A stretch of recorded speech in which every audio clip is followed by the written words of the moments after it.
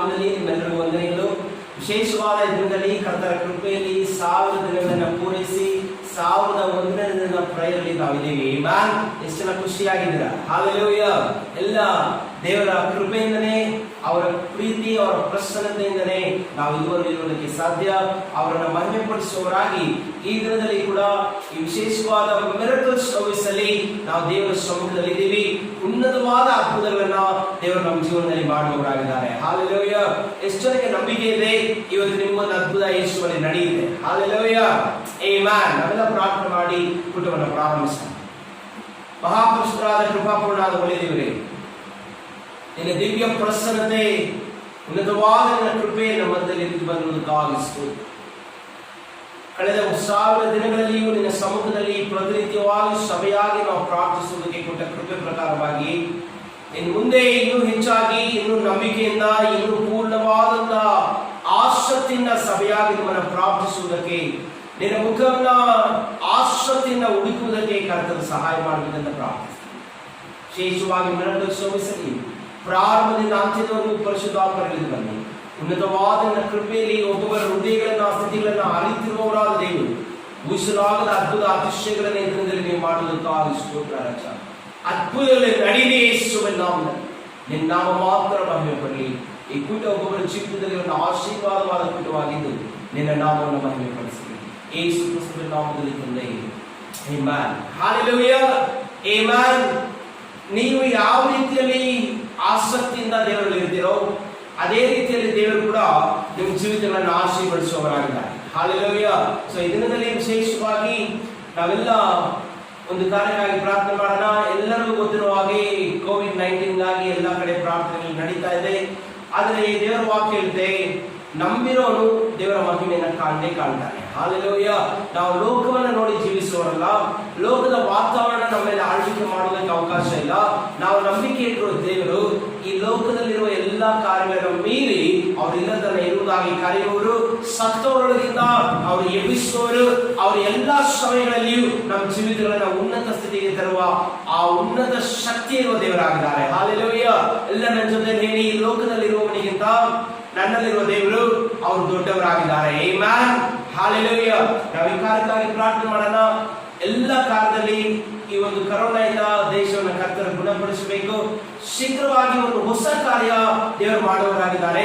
ಆ ಹೊಸ ಕಾರ್ಯವನ್ನು ನಾವು ದೇಶದಲ್ಲಿ ಕಾಣಬೇಕು. ಆಮೆನ್. ನಾವೆಲ್ಲ ಕಣ್ಣುಗಳನ್ನು ಮುಚ್ಚಿ ಪ್ರಾರ್ಥನೆ ಮಾಡೋಣ. ಮಹಾಪುರುಷರಾದ ದೇವರೇ, ಎಲ್ಲ ಸಮಯಗಳಲ್ಲಿಯೂ ನಿನ್ನ ಮಕ್ಕಳು ನಿನ್ನನ್ನು ಎದುರು ನೋಡಿ ನಿನ್ನನ್ನು ಕೂಗಿ ಕರೆಯುವಾಗ ಉತ್ತರ ಕೊಡ್ತೀನಿ ಅಂತ ವಾಗ್ದಾನ ಮಾಡುವವರು, ಮನ ಮಲಗುವವರು, ಕರುಣೆಯುಳ್ಳ ದೇವರು, ಸಭೆಯಾಗಿ ನಾವೆಲ್ಲ ಸೇರಿ ನಿಮ್ಮನ್ನು ಕೂಗಿ ಕರೀತಾ ಇದೀವಿ. ಯೇಸು ಕ್ರಿಸ್ತನ ನಾಮದಲ್ಲಿ ದೇಶವನ್ನ ಎಲ್ಲ ಕೋವಿಡ್-19 ಕಾಯಿಲೆಯಿಂದ ಪರಿಪೂರ್ಣವಾಗಿ ನೀವು ಬಿಡುಗಡೆ ಮಾಡಿ ನಿನ್ನ ಮಕ್ಕಳನ್ನ, ನಿನ್ನ ಪ್ರಜೆಗಳನ್ನ ಕನಿಕರಿಸಿ ಆಶೀರ್ವದಿಸಿ ಬಿಡುಗಡೆ ಮಾಡುವುದೇ ಪ್ರಾರ್ಥಿಸ್ತೀನಿ. ಯೇಸುವಿನ ನಾಮದಲ್ಲಿ ಅದ್ಭುತ ನಡೀಲಿ. ಪರಿಶುದ್ಧಾತ್ಮರ ಊಹಿಗೆ ಮೀರಿದ ಒಂದು ಕಾರ್ಯವನ್ನು ನಿನ್ನ ಚಿತ್ತರ ಪ್ರಕಾರ ಮಾಡಬೇಕಂತ ಎಲ್ಲ ಇದಕ್ಕಾಗಿ ತ್ಯಾಗವಾಗಿ ಸೇವೆ ಮಾಡ್ತಾ ಇರೋರು ಕೂಡ ನಿನ್ನ ರಕ್ಷಣೆ ಉಂಟಾಗಲಿ. ಈ ಕಾಯಿಲೆಗಳು ಹರಡುವ ಭಯದಲ್ಲಿಯೇ ಅನೇಕರು ಸುಸೈಡ್ಗಳನ್ನ ಮಾಡ್ಕೊಳ್ತಾ ಇರೋರು ನಾವು ನೋಡ್ತಾ ಇದೀವಿ. ಯೇಸುವಿನ ನಾಮದಲ್ಲಿ ಅವರ ಹೃದಯಗಳು ಬಲಪಡಲಿ. ಬಲಹೀನವಾದ ಸಮಯದಲ್ಲಿಯೇ ನನ್ನ ಬಲ ನಿಮ್ಮಲ್ಲಿ ಪೂರ್ಣ ಸಾಧಕವಾಗುವುದು ಹೇಳಿರುವ ದೇವರು ಎಲ್ಲ ಸೈತಾನ ಕಾರ್ಯಗಳನ್ನ, ಭಯದ ಆವಿಗಳನ್ನ ತೆಗೆದುಹಾಕಿ ನಿನ್ನ ಕೃಪೆಯ ಭಯದಿಂದ, ನಿನ್ನ ವಾಗ್ದಾನಗಳ ಬಲದಲ್ಲಿ ಒಬ್ಬೊಬ್ಬರು ಧೈರ್ಯವಾಗಿ ಜೀವಿಸುವಂತೆ ಪರಿಶುದ್ಧಾತ್ಮರ ಕನಿಕರಿಸಿ ಪರಿಪೂರ್ಣವಾಗಿ ವಾತಾವರಣವನ್ನ ನೀವು ಹಿಡಿದು ಬಂದು ಆಳ್ವಿಕೆ ಮಾಡಿ ನಿನ್ನ ಕೃಪೆಯಿಂದ ಒಂದು ಬಿಡುಗಡೆ ಕೊಡಬೇಕಂತ ಯೇಸು ಕ್ರಿಸ್ತನ ಹೆಸರಲ್ಲಿ ಬೇಡುತ್ತೇವೆ, ಜೀವವುಳ್ಳ ತಂದೆ. Amen and amen. Hallelujah. ಪರದವರು ಹೇಳಿ ಪ್ರಾರ್ಥನೆ ಮಾಡೋದು ಹೆಚ್ಚಲ್ಲ, ಆ ಪ್ರಾರ್ಥನೆ ನೆರವೇರುತ್ತೆ ಅಂತ ನಾವು ನಂಬುವುದು ಹೆಚ್ಚಿನ ಕಾರ್ಯ ಆಗಿದೆ. Hallelujah. ದೇವರ ವಾಕ್ಯ ಹೇಳುತ್ತೆ, ಇಬ್ಬರು ಯಾರಾದ್ರೂ ನೀವು ಭೂಲೋಕದಲ್ಲಿ ಯಾವುದಾದ್ರೂ ಒಂದು ಕಾರ್ಯಕ್ಕಾಗಿ ನೀವು ಬೇಡಿ, ಅದು ಹೊಂದಿದ್ದೇವೆ ಅಂತ ನೀವು ನಂಬಿ ಅದನ್ನ ಅರ್ಥ ಮಾಡೋದಾದ್ರೆ ಪರಲೋಕದಲ್ಲಿರುವ ತಂದೆ ತನ್ನ ಮಹಿಮೆಗಾಗಿ ಆ ಕಾರ್ಯವನ್ನು ನಿಮಗೆ ಮಾಡಿ ಮುಗಿಸುವವರಾಗಿದ್ದಾರೆ. Hallelujah. ನಾವು ಬೇಡುವ ಪ್ರತಿಯೊಂದರ ದೇವರು ಕೇಳ್ತಾ ಇದ್ದಾರೆ. ಅವರು ಉನ್ನತವಾಗಿ ಅದ್ಭುತಗಳನ್ನು ನಮ್ಮ ಮಧ್ಯದಲ್ಲಿ ನಡೆಸುವವರಾಗಿದ್ದಾರೆ. Amen. ವಿಶೇಷವಾಗಿ ವಾಕ್ಯಕ್ಕೆ ಹೋಗೋದಕ್ಕೆ ಮುಂಚೆ ಇದು ಮಿರಕಲ್ ಸರ್ವಿಸ್. ಹಲ್ಲೆಲೂಯಾ. ನಾವಿರುವ ಇಕ್ಕಟ್ಟುಗಳಲ್ಲಿ ನಾವು ದೇವರನ್ನು ಕೂಗುವುದಕ್ಕಾಗಿ ನಾವು ಈ ಕೂಟವನ್ನು ಮಾಡ್ತೀವಿ. ಮಿರಕಲ್ ಅನ್ನೋದು ದೇವರು ಮಾಡುವ ಕಾರ್ಯ. ಹಲ್ಲೆಲೂಯಾ. ಮನುಷ್ಯರಿಗೆ ಅಸಾಧ್ಯವಾದದೆಲ್ಲವೂ ದೇವರಿಗೆ ಸಾಧ್ಯ. ಇವತ್ತು ನೀವು ವಾಕ್ಯ ಕೇಳ್ತಾ ಇರುವವರಿಗೆ ಒಂದು ಸಾಕ್ಷಿ ನಾನು ಹೇಳ್ತೀನಿ. ಕಳೆದ ಬಾರಿ ಈ ಯೂಟ್ಯೂಬ್ ವಿಡಿಯೋ ಮುಖಾಂತರವಾಗಿ ಒಂದು ಸಹೋದರಿ ಯಾವುದೋ ರೀತಿಯಲ್ಲಿ ನಮ್ಮೊಂದು ಚರ್ಚ್ ಅಡ್ರೆಸ್ ಅನ್ನ ಕಂಡುಹಿಡಿಕೊಂಡು ಅವ್ರು ನಮಗೆ ಫೋನ್ ಮಾಡಿ ಅವರ ಸಮಸ್ಯೆ, ಬಹಳವಾದ ಕಣ್ಣೀರು, ಬಹಳವಾದ ಬಡತನ, ಬಹಳವಾದ ಇಕ್ಕಟ್ಟಲ್ಲಿ ಫೋನ್ ಮಾಡುವಾಗ ನಾನು ಅವ್ರಿಗೆ ಹೇಳಿದೆ, ದೇವರ ವಾಕ್ಯ ನಿಮ್ಮ ಜೀವನದಲ್ಲಿರುವ ಎಲ್ಲ ಕಾರ್ಯಗಳನ್ನು ಅದ್ಭುತವನ್ನು ಮಾಡುತ್ತೆ. ನೀವು ಯೇಸುವಲ್ಲಿ ನಂಬಿಕೆ ಇಡುವುದಾದ್ರೆ ಖಂಡಿತ ಅವರನ್ನು ಸಹಾಯವನ್ನು ಮಾಡ್ತಾರೆ. ಹಾಲೆಲೂಯ. ಆ ವಾಕ್ಯವನ್ನು ಕೇಳಿ ಈ ಸರ್ವಿಸ್ಗೆ ಮುಂಚೆನೆ ಸ್ವಲ್ಪ ಹೊತ್ತಿಗೆ ಮುಂಚೆ ಅವ್ರ ಹತ್ರ ಮಾತಾಡುವಾಗ ಅವ್ರು ನಿಮಗೆ ಸಾಕ್ಷಿ ಹೇಳಿದ್ರು, ಅಯ್ಯ ನಾನು ಅವ್ರಿಗೆ ಫೋನ್ ಮಾಡಿ ನಿಮ್ಮ ಹತ್ರ ಮಾತಾಡಿದ ಮೇಲೆ ದೇವರ ಕೃಪೆಯಲ್ಲಿ ನನಗೆ ಅವರೆಲ್ಲರೂ ಅನುಕೂಲ ಪಡಿಸಿದ್ರು. ದೇವರ ಸಹಾಯದಿಂದ ಇವತ್ತು ನಾನು ಚೆನ್ನಾಗಿದ್ದೀನಿ. ಹಾಗಾಗಿ ಆ ವಿಷಯ ನಿಮಗೆ ತಿಳಿಸ್ಬೇಕಂತಾನೆ ನಾನು ಫೋನ್ ನಲ್ಲಿ ಮತ್ತೆ ನಿಮಗೆ ಫೋನ್ ಮಾಡಿ ತಿಳಿಸ್ತಾ ಇದ್ದೀನಿ. ನನ್ನನ್ನು ದೇವರು ಆಶೀರ್ವದಿಸಿದ್ದಾರೆ. ಶೀಘ್ರವಾಗಿ ಸಭೆ ಯಾವಾಗ ಓಪನ್ ಆಗುತ್ತೆ ಅಂತ ಹೇಳಿದ್ರೆ ನಾನು ಸಭೆಗೆ ಬಂದು ಒಂದ್ಸರಿ ಪ್ರಾರ್ಥನೆ ಮಾಡಿ ಸಾಕ್ಷಿಯನ್ನು ಹಂಚಿಕೊಳ್ತೇನೆ. ಹಾಲೆಲೂಯ. ಹೇಳಿ ಆಸಕ್ತಿಯಾಗಿ ದಾಹವುಳ್ಳವರಿಗೆ ದೇವರು ಯಾವಾಗಲೂ ಆಹಾರ ನೀರು ಸಿಗುತ್ತೆ. ಆಮೆನ್. ಇವತ್ತು ನೀವು ಅನೇಕ ಇಕ್ಕಟ್ಟುಗಳಲ್ಲಿರ್ಬೋದು, ಹೋರಾಟಗಳ ಮಧ್ಯದಲ್ಲಿರ್ಬೋದು, ನಿಮ್ಮ ಜೀವನದ ಸಮಸ್ಯೆ ಏನಾದ್ರೂ ಆಗಿರ್ಬೋದು, ಈ ಪ್ರಾರ್ಥನೆಯಲ್ಲಿ ನಾನು ಬೇಡುವುದನ್ನ ದೇವರು ನನಗೆ ನೆರವೇರಿಸ್ತಾರೆ. ಮನುಷ್ಯನಿಗೆ ಆಗದೇ ಇರೋ ಕಾರ್ಯಗಳನ್ನ ನನಗಾಗಿ ದೇವರು ಮಾಡ್ತಾರೆ ಅನ್ನೋ ನಂಬಿಕೆಯಿಂದ ನೀವು ನಮ್ಮೊಟ್ಟಿಗೆ ಪ್ರಾರ್ಥಿಸುವುದಾದ್ರೆ ಇವತ್ತು ನಿಮ್ಗೊಂದು ಆಶೀರ್ವಾದವಾದ ದಿನವಾಗಿದೆ. ಇವತ್ತೇ ನಿಮ್ಮ ಅದ್ಭುತವನ್ನು ನೀವು ಹೊಂದ್ಕೊಳ್ಳುವವರಾಗಿದ್ದೀರಾ. ಎಲ್ಲ ನನ್ನ ಜೊತೆಗೆ ಕಣ್ಣನ್ನು ಮುಚ್ಚಿ ನೀವು ಯಾವ ಸ್ಥಿತಿಯಲ್ಲಿ ಇದ್ರೂ ನಿಮಗಾಗಿ ನಾನು ಪ್ರಾರ್ಥಿಸ್ತೀನಿ. ನೀವು ಕೂಡ ನಂಬಿಕೆಯಿಂದ ದೇವರನ್ನು ಎದುರು ನೋಡುವಾಗ ಒಂದು ಅದ್ಭುತವನ್ನು ದೇವರು ಮಾಡುವವರಾಗಿದ್ದಾರೆ. ಹಾಲೆಲೂಯ. ಮಹಾಪರಿಶುದ್ಧರಾದ ದೇವರೇ, ವಾಕ್ಯವನ್ನು ಕೇಳ್ತಾ ಇರುವವರು ಎಲ್ಲ ಆನ್ಲೈನ್ ಮುಖಾಂತರ ಶ್ರಮಿಸಲಿದ್ದಾರೋ, ಒಂದು ವೇಳೆ ಸಭೆಗೆ ಬರಲಾಗಿರೋ ಪರಿಸ್ಥಿತಿಗಳಲ್ಲಿ, ಇಕ್ಕಟ್ಟು ವೇಳೆಗಳಲ್ಲಿ ಇದ್ರೂ ಕೂಡ ಯಾರೆಲ್ಲ ಪ್ರೇಯರ್ ರಿಕ್ವೆಸ್ಟ್ಗಳನ್ನು ಕಳಿಸಿದ್ದಾರೋ ಪ್ರತಿಯೊಬ್ಬರಿಗಾಗಿ ನಿನ್ನ ದಿವ್ಯ ಪಾದಗಳಲ್ಲಿ ನಿನ್ನ ಪ್ರಸನ್ನದಲ್ಲಿ ಬಂದು ನಾನು ಹೇಳ್ತಾ ಇದ್ದೀನಿ. ಯೇಸುವಿನ ನಾಮದಲ್ಲಿ ಎಲ್ಲವೂ ಸಾಧ್ಯ. ಯೇಸುವಿನ ನಾಮದಲ್ಲಿ ಅದ್ಭುತಗಳು, ಅತಿಶಯಗಳು, ಎಲ್ಲ ವಿಧವಾದ ಅಸಾಧ್ಯವಾದ ಕಾರ್ಯಗಳು ಕೂಡ ನಡೆಯುತ್ತಂತ ನಾವು ನಂಬುವವರಾಗಿದ್ದೀವಿ. ಯಾರೆಲ್ಲ ವ್ಯಾಧಿಗಳಲ್ಲಿದ್ದಾರೋ, ಯಾರೆಲ್ಲ ಕಣ್ಣೀರು, ವೇದನೆ, ಸಮಸ್ಯೆಗಳ ಮಧ್ಯದಲ್ಲಿ, ಇಕ್ಕಟ್ಟುಗಳ ಮಧ್ಯದಲ್ಲಿ ಹೋರಾಡ್ತಾ ಇದ್ದಾರೋ, ಈಗಲೇ ಯೇಸುವಿನ ನಾಮದಲ್ಲಿ ಒಂದು ಬಿಡುಗಡೆ ಉಂಟಾಗಲಿ. ಎಲ್ಲ ರೋಗಗಳು ನೀಗಲಿ, ಎಲ್ಲ ವ್ಯಾಧಿಗಳು ಗುಣವಾಗಲಿ, ಎಲ್ಲ ಸೈತಾನ ಕಾರ್ಯಗಳು, ಎಲ್ಲ ವಿಧವಾದ ಮಾಟಮಂತ್ರ ಕಟ್ಟಿಗಳು, ಎಲ್ಲ ಅಂಧಕಾರ ಕ್ರಿಯೆಗಳು ಯೇಸುವಿನ ಹೆಸರಿನಲ್ಲಿ ಲೈವ್ ಆಗಲಿ. ನಾವು ಮುಖವನ್ನು ಮಾತ್ರ ನೋಡುವಾಗಲೇ ಹೃದಯವನ್ನು ಆರಿಸಿರುವ ದೇವರು ಯೇಸು ಕ್ರಿಸ್ತುವಿನ ನಾಮ ಮಹಿಮೆ ಪಡುವ ಹಾಗೆ ಈಗಲೇ ಒಂದು ಅದ್ಭುತ ನಡೆಯಿತು. ಪ್ರತಿಯೊಂದು ಮನೆಯಲ್ಲಿ ನಿನ್ನ ಪ್ರಸನ್ನತೆ ಇಳಿದು ಬರಲಿ. ಈ ವಾಕ್ಯ ಕೇಳುವುದಕ್ಕೆ ಮುಂಚೆ ಒಬ್ಬೊಬ್ಬರ ಜೀವನದ ಮೇಲೆ, ಒಬ್ಬೊಬ್ಬರ ಮೇಲೆ ನಿನ್ನ ಅಭಿಷೇಕ ಪರಿಶುದ್ಧಾತ್ಮನಾಗಿ ಇಳಿದು ಬರಲಿಯಪ್ಪ. ಒಬ್ಬೊಬ್ಬರ ಮನಸ್ಸು ವಾಕ್ಯಕ್ಕೆ ಸಿದ್ಧವಾಗಿ ಒಬ್ಬೊಬ್ಬರಿಗಾಗಿ ಪರಿಶುದ್ಧಾತ್ಮರು ಮಾತಾಡುವಂತೆ ಪ್ರಾರ್ಥಿಸ್ತೀನಿ. ಯಾವ ವಾತಾವರಣದಲ್ಲಿದ್ರೂ ಕೂಡ ಇವತ್ತೇ ಈಗಲೇ ಒಂದು ಅದ್ಭುತ ನಡೀಲಿ, ಒಂದು ಬಿಡುಗಡೆ ಬರ್ತದೆ. ಪರಿಶುದ್ಧಾತ್ಮನ ಅದ್ಭುತ ಯೇಸುವಿನ ನಾಮದಲ್ಲಿ ತಂದೆ. ಆಮೆನ್. ಹಾಲೆಲೂಯ. ಎಷ್ಟು ಜನಕ್ಕೆ ನಂಬಿಕೆ ಇದೆ ದೇವರು ನಮ್ಮಲ್ಲಿದ್ದಾರೆ? ಹಾಲೆಲೂಯ. ಇದುವರೆಗೂ ನಮ್ಮನ್ನು ನಡೆಸಿರುವ ಇಮ್ಮಾನುವೇಲ್ ಮುಂದೆಯೂ ನಮ್ಮನ್ನು ನಡೆಸುವವರಾಗಿದ್ದಾರೆ. ಹಾಲೆಲೂಯ. ಎಷ್ಟು ಜನಕ್ಕೆ ನಂಬಿಕೆ ಇದೆ ಯೇಸು ನನ್ನ ನಡೆಸ್ತಾರೆ? ಆಮೆನ್. ಹಾಲೆಲೂಯ. ವಿಶೇಷವಾಗಿ ನಾವು ಬೇಡಿದ ಪ್ರಾರ್ಥನೆಗಳನ್ನು ದೇವರು ಕೇಳಿದ್ದಾರೆ. ನಾವು ಊಹಿಸಲಾಗದ ಅದ್ಭುತಗಳನ್ನು ಅವರು ಮಾಡಿದ್ದಾರೆ. ಎಲ್ಲ ಕೈಗಳನ್ನು ತಟ್ಟಿ ಯೇಸುವನ್ನು ಮಹಿಮೆ ಪಡಿಸಿ ಅವರು ಉನ್ನತವಾದ ನಮ್ಮೆಲ್ಲ ಪ್ರಾರ್ಥನೆಗೆ ಉತ್ತರ ಕೊಟ್ಟಿರುವುದಕ್ಕೆ ಅವರನ್ನೆಲ್ಲದಲ್ಲಿ ನಾವು ವಂದಿಸುವವರಾಗಿರುವಾಗ ನಾವು ನಂಬಿಕೆಯನ್ನು ದೇವರಿಗೆ ತೋರಿಸ್ತಾ ಇದ್ದೀವಿ. ಹಾಲೆಲೂಯ. ಇದರಲ್ಲಿ ನಾವು ವಾಕ್ಯಕ್ಕೆ ಹೋಗೋಣ. ಸ್ಪಷ್ಟವಾಗಿ ಕೆಲವೊಂದು ಕಾರ್ಯಗಳನ್ನ ದೇವರು ನಮ್ಮ ಜೊತೆ ಇದರಲ್ಲಿ ಮಾತಾಡ್ತಾರೆ. ಯಾವಾಗಲೂ ನಾನು ನಿಮಗೆ ತಿಳಿಸೋ ಪ್ರಕಾರ ಬೈಬಲ್ ಬಂದು ಯಾವುದೋ ಒಂದು ಇತಿಹಾಸವನ್ನ, ಕಳೆದು ನಡೆದು ಹೋಗಿರುವ ಘಟನೆಗಳನ್ನ ತಿಳಿಸುವ ಒಂದು ಪುಸ್ತಕ ಅಲ್ಲ. ಈಗಿನ ನಮ್ಮ ವಾತಾವರಣಗಳಿಗೆ ದೇವರ ಮಾತನ್ನ, ವಾಕ್ಯಗಳ ಮುಖಾಂತರ ನಮಗೆ ಬೇಕಾಗಿರುವ ಸಹಾಯನ, ನಮಗೆ ಬೇಕಾಗಿರುವ ಎಲ್ಲ ವಿಧವಾದ ಅಗತ್ಯಗಳನ್ನ, ದೇವರು ನಮಗಾಗಿರುವ ಸಂಕಲ್ಪಗಳನ್ನ ಪ್ರಕಟಿಸುವುದಕ್ಕೆ ಒಂದು ಉನ್ನತವಾದಂತಹ ಮಾರ್ಗವಾಗಿದೆ. ಹಾಲೆಲೂಯ. ದೇವರ ವಾಕ್ಯ ಸಜೀವವಾದದ್ದು, ಕಾರ್ಯಸಾಧಕವಾದದ್ದು. ಯಾರಾದ್ರೂ ವಾಕ್ಯ ಕೇಳಿ ಅದನ್ನು ಮರೀತಾ ಇರೋರಿದ್ರೆ, ವಾಕ್ಯವನ್ನ ಅಶ್ರದ್ಧೆ ಮಾಡ್ತಾ ಇರೋರಿದ್ರೆ, ಇವತ್ತು ಆ ವಾಕ್ಯಕ್ಕೆ ನೀವು ಕಿವಿಗೊಡುವುದಾದ್ರೆ ಮಾತ್ರನೇ ದೇವರ ನಿಮ್ಮ ಜೀವಿತವನ್ನು ಬದಲಾಯಿಸುವವರಾಗಿದ್ದಾರೆ. ಎಲ್ಲ ಕಾರ್ಯದಲ್ಲಿ ಪರಿಶುದ್ಧಾತ್ಮರು ನಿಮ್ಮೊಟ್ಟಿಗೆ ಮಾತಾಡುವಾಗ ಕಿವಿಯುಳ್ಳವನು ಕೇಳಲಿ ಎಂದು ದೇವರ ವಾಕ್ಯ ಇದೆ. ಪಕ್ಕದವರನ್ನು ಕೇಳಿದ್ರೆ ನಿನಗೆ ಕಿವಿ ಇದೆಯಾ? ಆಮೆನ್. ಯಾವ ತರ ಕಿವಿ? ನಮಗೆ ಆತ್ಮಿಕವಾಗಿ ದೇವರ ಸ್ವರವನ್ನು ಕೇಳಿಸಿಕೊಳ್ಳೋ ಕಿವಿ ಅಗತ್ಯ ಇದೆ. ಈ ವಾಕ್ಯನೇ ಇವತ್ತು ನಿಮ್ಮ ಜೀವನದಲ್ಲಿ ಒಂದು ಬಿಡುಗಡೆಯನ್ನು ತರುತ್ತೆ. ಆಮೆನ್. ನಾವೆಲ್ಲ ಓದೋಣ. ಒಂದು ವ್ಯಕ್ತಿ ಅದ್ಭುತವಾದ ಜೀವಿತವನ್ನು ಜೀವಿಸಬೇಕಾದ್ರೆ ಇವತ್ತಿನ ಸಂದೇಶ ಮಿರಕಲ್ ಸರ್ವಿಸ್. ಈ ಸರ್ವಿಸ್ ನಾವು ನಡೆಸುವಾಗ ಎಲ್ಲರೂ ಎದುರು ನೋಡುವುದೇನು? ನಮ್ಮ ಲೈಫಲ್ಲಿ ಒಂದು ಅದ್ಭುತ ಆಗ್ಬೇಕು, ಒಂದು ಅತಿಶಯವಾದ ಕಾರ್ಯ ದೇವರು ಮಾಡ್ಬೇಕು. ಅದೇ ದೇವರು ಹೇಳ್ತಾ ಇದ್ದಾರೆ, ಅದ್ಭುತವನ್ನು ಹೊತ್ತುಕೊಳ್ಳುವುದಕ್ಕೆ ಕೆಲವೊಂದು ಗುಣಲಕ್ಷಣಗಳ ಅವಶ್ಯಕತೆ ಇದೆ. ನಾವು ಮಾಡುವ ಪ್ರತಿಯೊಂದು ಕಾರ್ಯ ನಮ್ಮ ಅದ್ಭುತಕ್ಕೆ ಒಂದು ಡೋರ್ ಆಗಿ ಓಪನ್ ಕೂಡ ಆಗುತ್ತೆ, ನಮ್ಮ ಅದ್ಭುತಕ್ಕೆ ಒಂದು ಮೋಡ ಆಗಿ ಅಡ್ಡ ಕೂಡ ನಿಂತ್ಕೊಳ್ಳುತ್ತೆ. ಹಾಲೆಲೂಯಾ. ಇವತ್ತು ಏನ್ ನಾವು ಕಲ್ತ್ಕೊಳ್ಬೇಕು? ಒಂದು ವ್ಯಕ್ತಿಯನ್ನ ದೇವರು ಯಾವ ರೀತಿಯಲ್ಲಿ ಬದಲಾಯಿಸುವುದಕ್ಕೆ ಸಾಧ್ಯ ನಾವೆಲ್ಲ ತಿಳ್ಕೊಳ್ತಾ ಹೋಗೋಣ. ಎಲ್ಲ ನನ್ನ ಜೊತೆಲಿ ಅಪೊಸ್ತಲರ ಕೃತ್ಯಗಳು 9ನೇ ಅಧ್ಯಾಯ 1ನೇ ವಾಕ್ಯದಿಂದ 9ನೇ ವಾಕ್ಯದವರೆಗೂ ಓದೋಣ. ಎಲ್ಲ ನನ್ನ ಜೊತೆಲಿ ಬೈಬಲ್ ಇರೋರು ಹಾಗೆ ಓದಿ. ಸೌಲನು ಇನ್ನು ಕರ್ತನ ಶಿಷ್ಯರ ಮೇಲೆ ರೌದ್ರನಾಗಿದ್ದು ಬೆದರಿಕೆಯ ಮಾತುಗಳನ್ನಾಡುತ್ತಾ ಅವರನ್ನು ಸಮ್ಮನಿಸಬೇಕೆಂದು ಆಶೆ ಪಡುತ್ತಾ ಮಹಾಯಾಜಕನ ಬಳಿಗೆ ಹೋಗಿ, ಆ ಮಾರ್ಗವನ್ನು ಹಿಡಿದವರು ಯಾರಾದರೂ ಸಿಕ್ಕಿದರೆ ಅವರು ಗಂಡಸರಾದರೂ ಸರಿಯೇ ಹೆಂಗಸರಾದರೂ ಸರಿಯೇ ನಾನು ಅವರಿಗೆ ಬೇಡಿ ಹಾಕಿಸಿ ಯೆರೂಸಲೇಮಿಗೆ ತರುವಂತ ದಮಸ್ಕದಲ್ಲಿರುವ ಆಯಾ ಸಭಾಮಂದಿರದವರಿಗೆ ನೀನು ಕಾಗದವನ್ನು ಕೊಡಬೇಕು ಎಂದು ಅವನನ್ನು ಬೇಡಿಕೊಂಡನು. ಅವನು ಪ್ರಯಾಣ ಮಾಡುತ್ತಾ ದಮಸ್ಕದ ಹತ್ತಿರಕ್ಕೆ ಬರಲು ಪಕ್ಕನೇ ಆಕಾಶದೊಳಗಿಂದ ಬಂದ ಒಂದು ಬೆಳಕು ಅವನ ಸುತ್ತಲೂ ಮಿಂಚಿತು. ಅವನು ನೆಲಕ್ಕೆ ಬಿದ್ದು, ಸೌಲನೇ ಸೌಲನೇ, ನನ್ನನ್ನು ಯಾಕೆ ಹಿಂಸೆ ಪಡಿಸುತ್ತೀ ಎಂದು ಹೇಳುವ ವಾಣಿಯನ್ನು ಕೇಳಿದನು.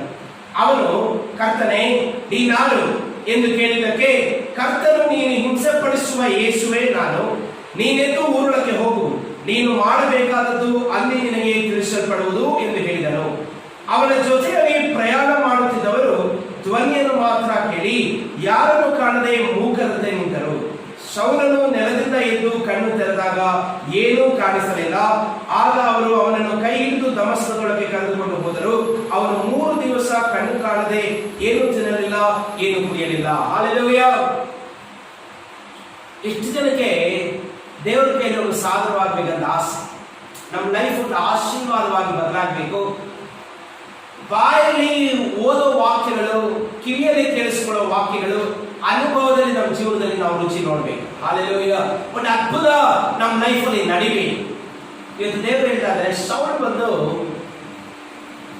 ಪರಿಪೂರ್ಣವಾಗಿ ದೇವರಿಗೆ, ದೇವರ ಸಭೆಗೆ, ದೇವರನ್ನ ಸೇವಿಸ್ತಾ ಇದ್ದಂತಹ ಮಕ್ಕಳಿಗೆ ವಿರೋಧವಾದಂತಹ ವ್ಯಕ್ತಿ. ಅವನು ಯಾಕೆ ಆ ರೀತಿ ಮಾಡ್ತಾ ಇದ್ದ? ಅವನ ಕಣ್ಣುಗಳು ಲೋಕವನ್ನು ಮಾತ್ರ ನೋಡ್ತಾ ಇದ್ವು.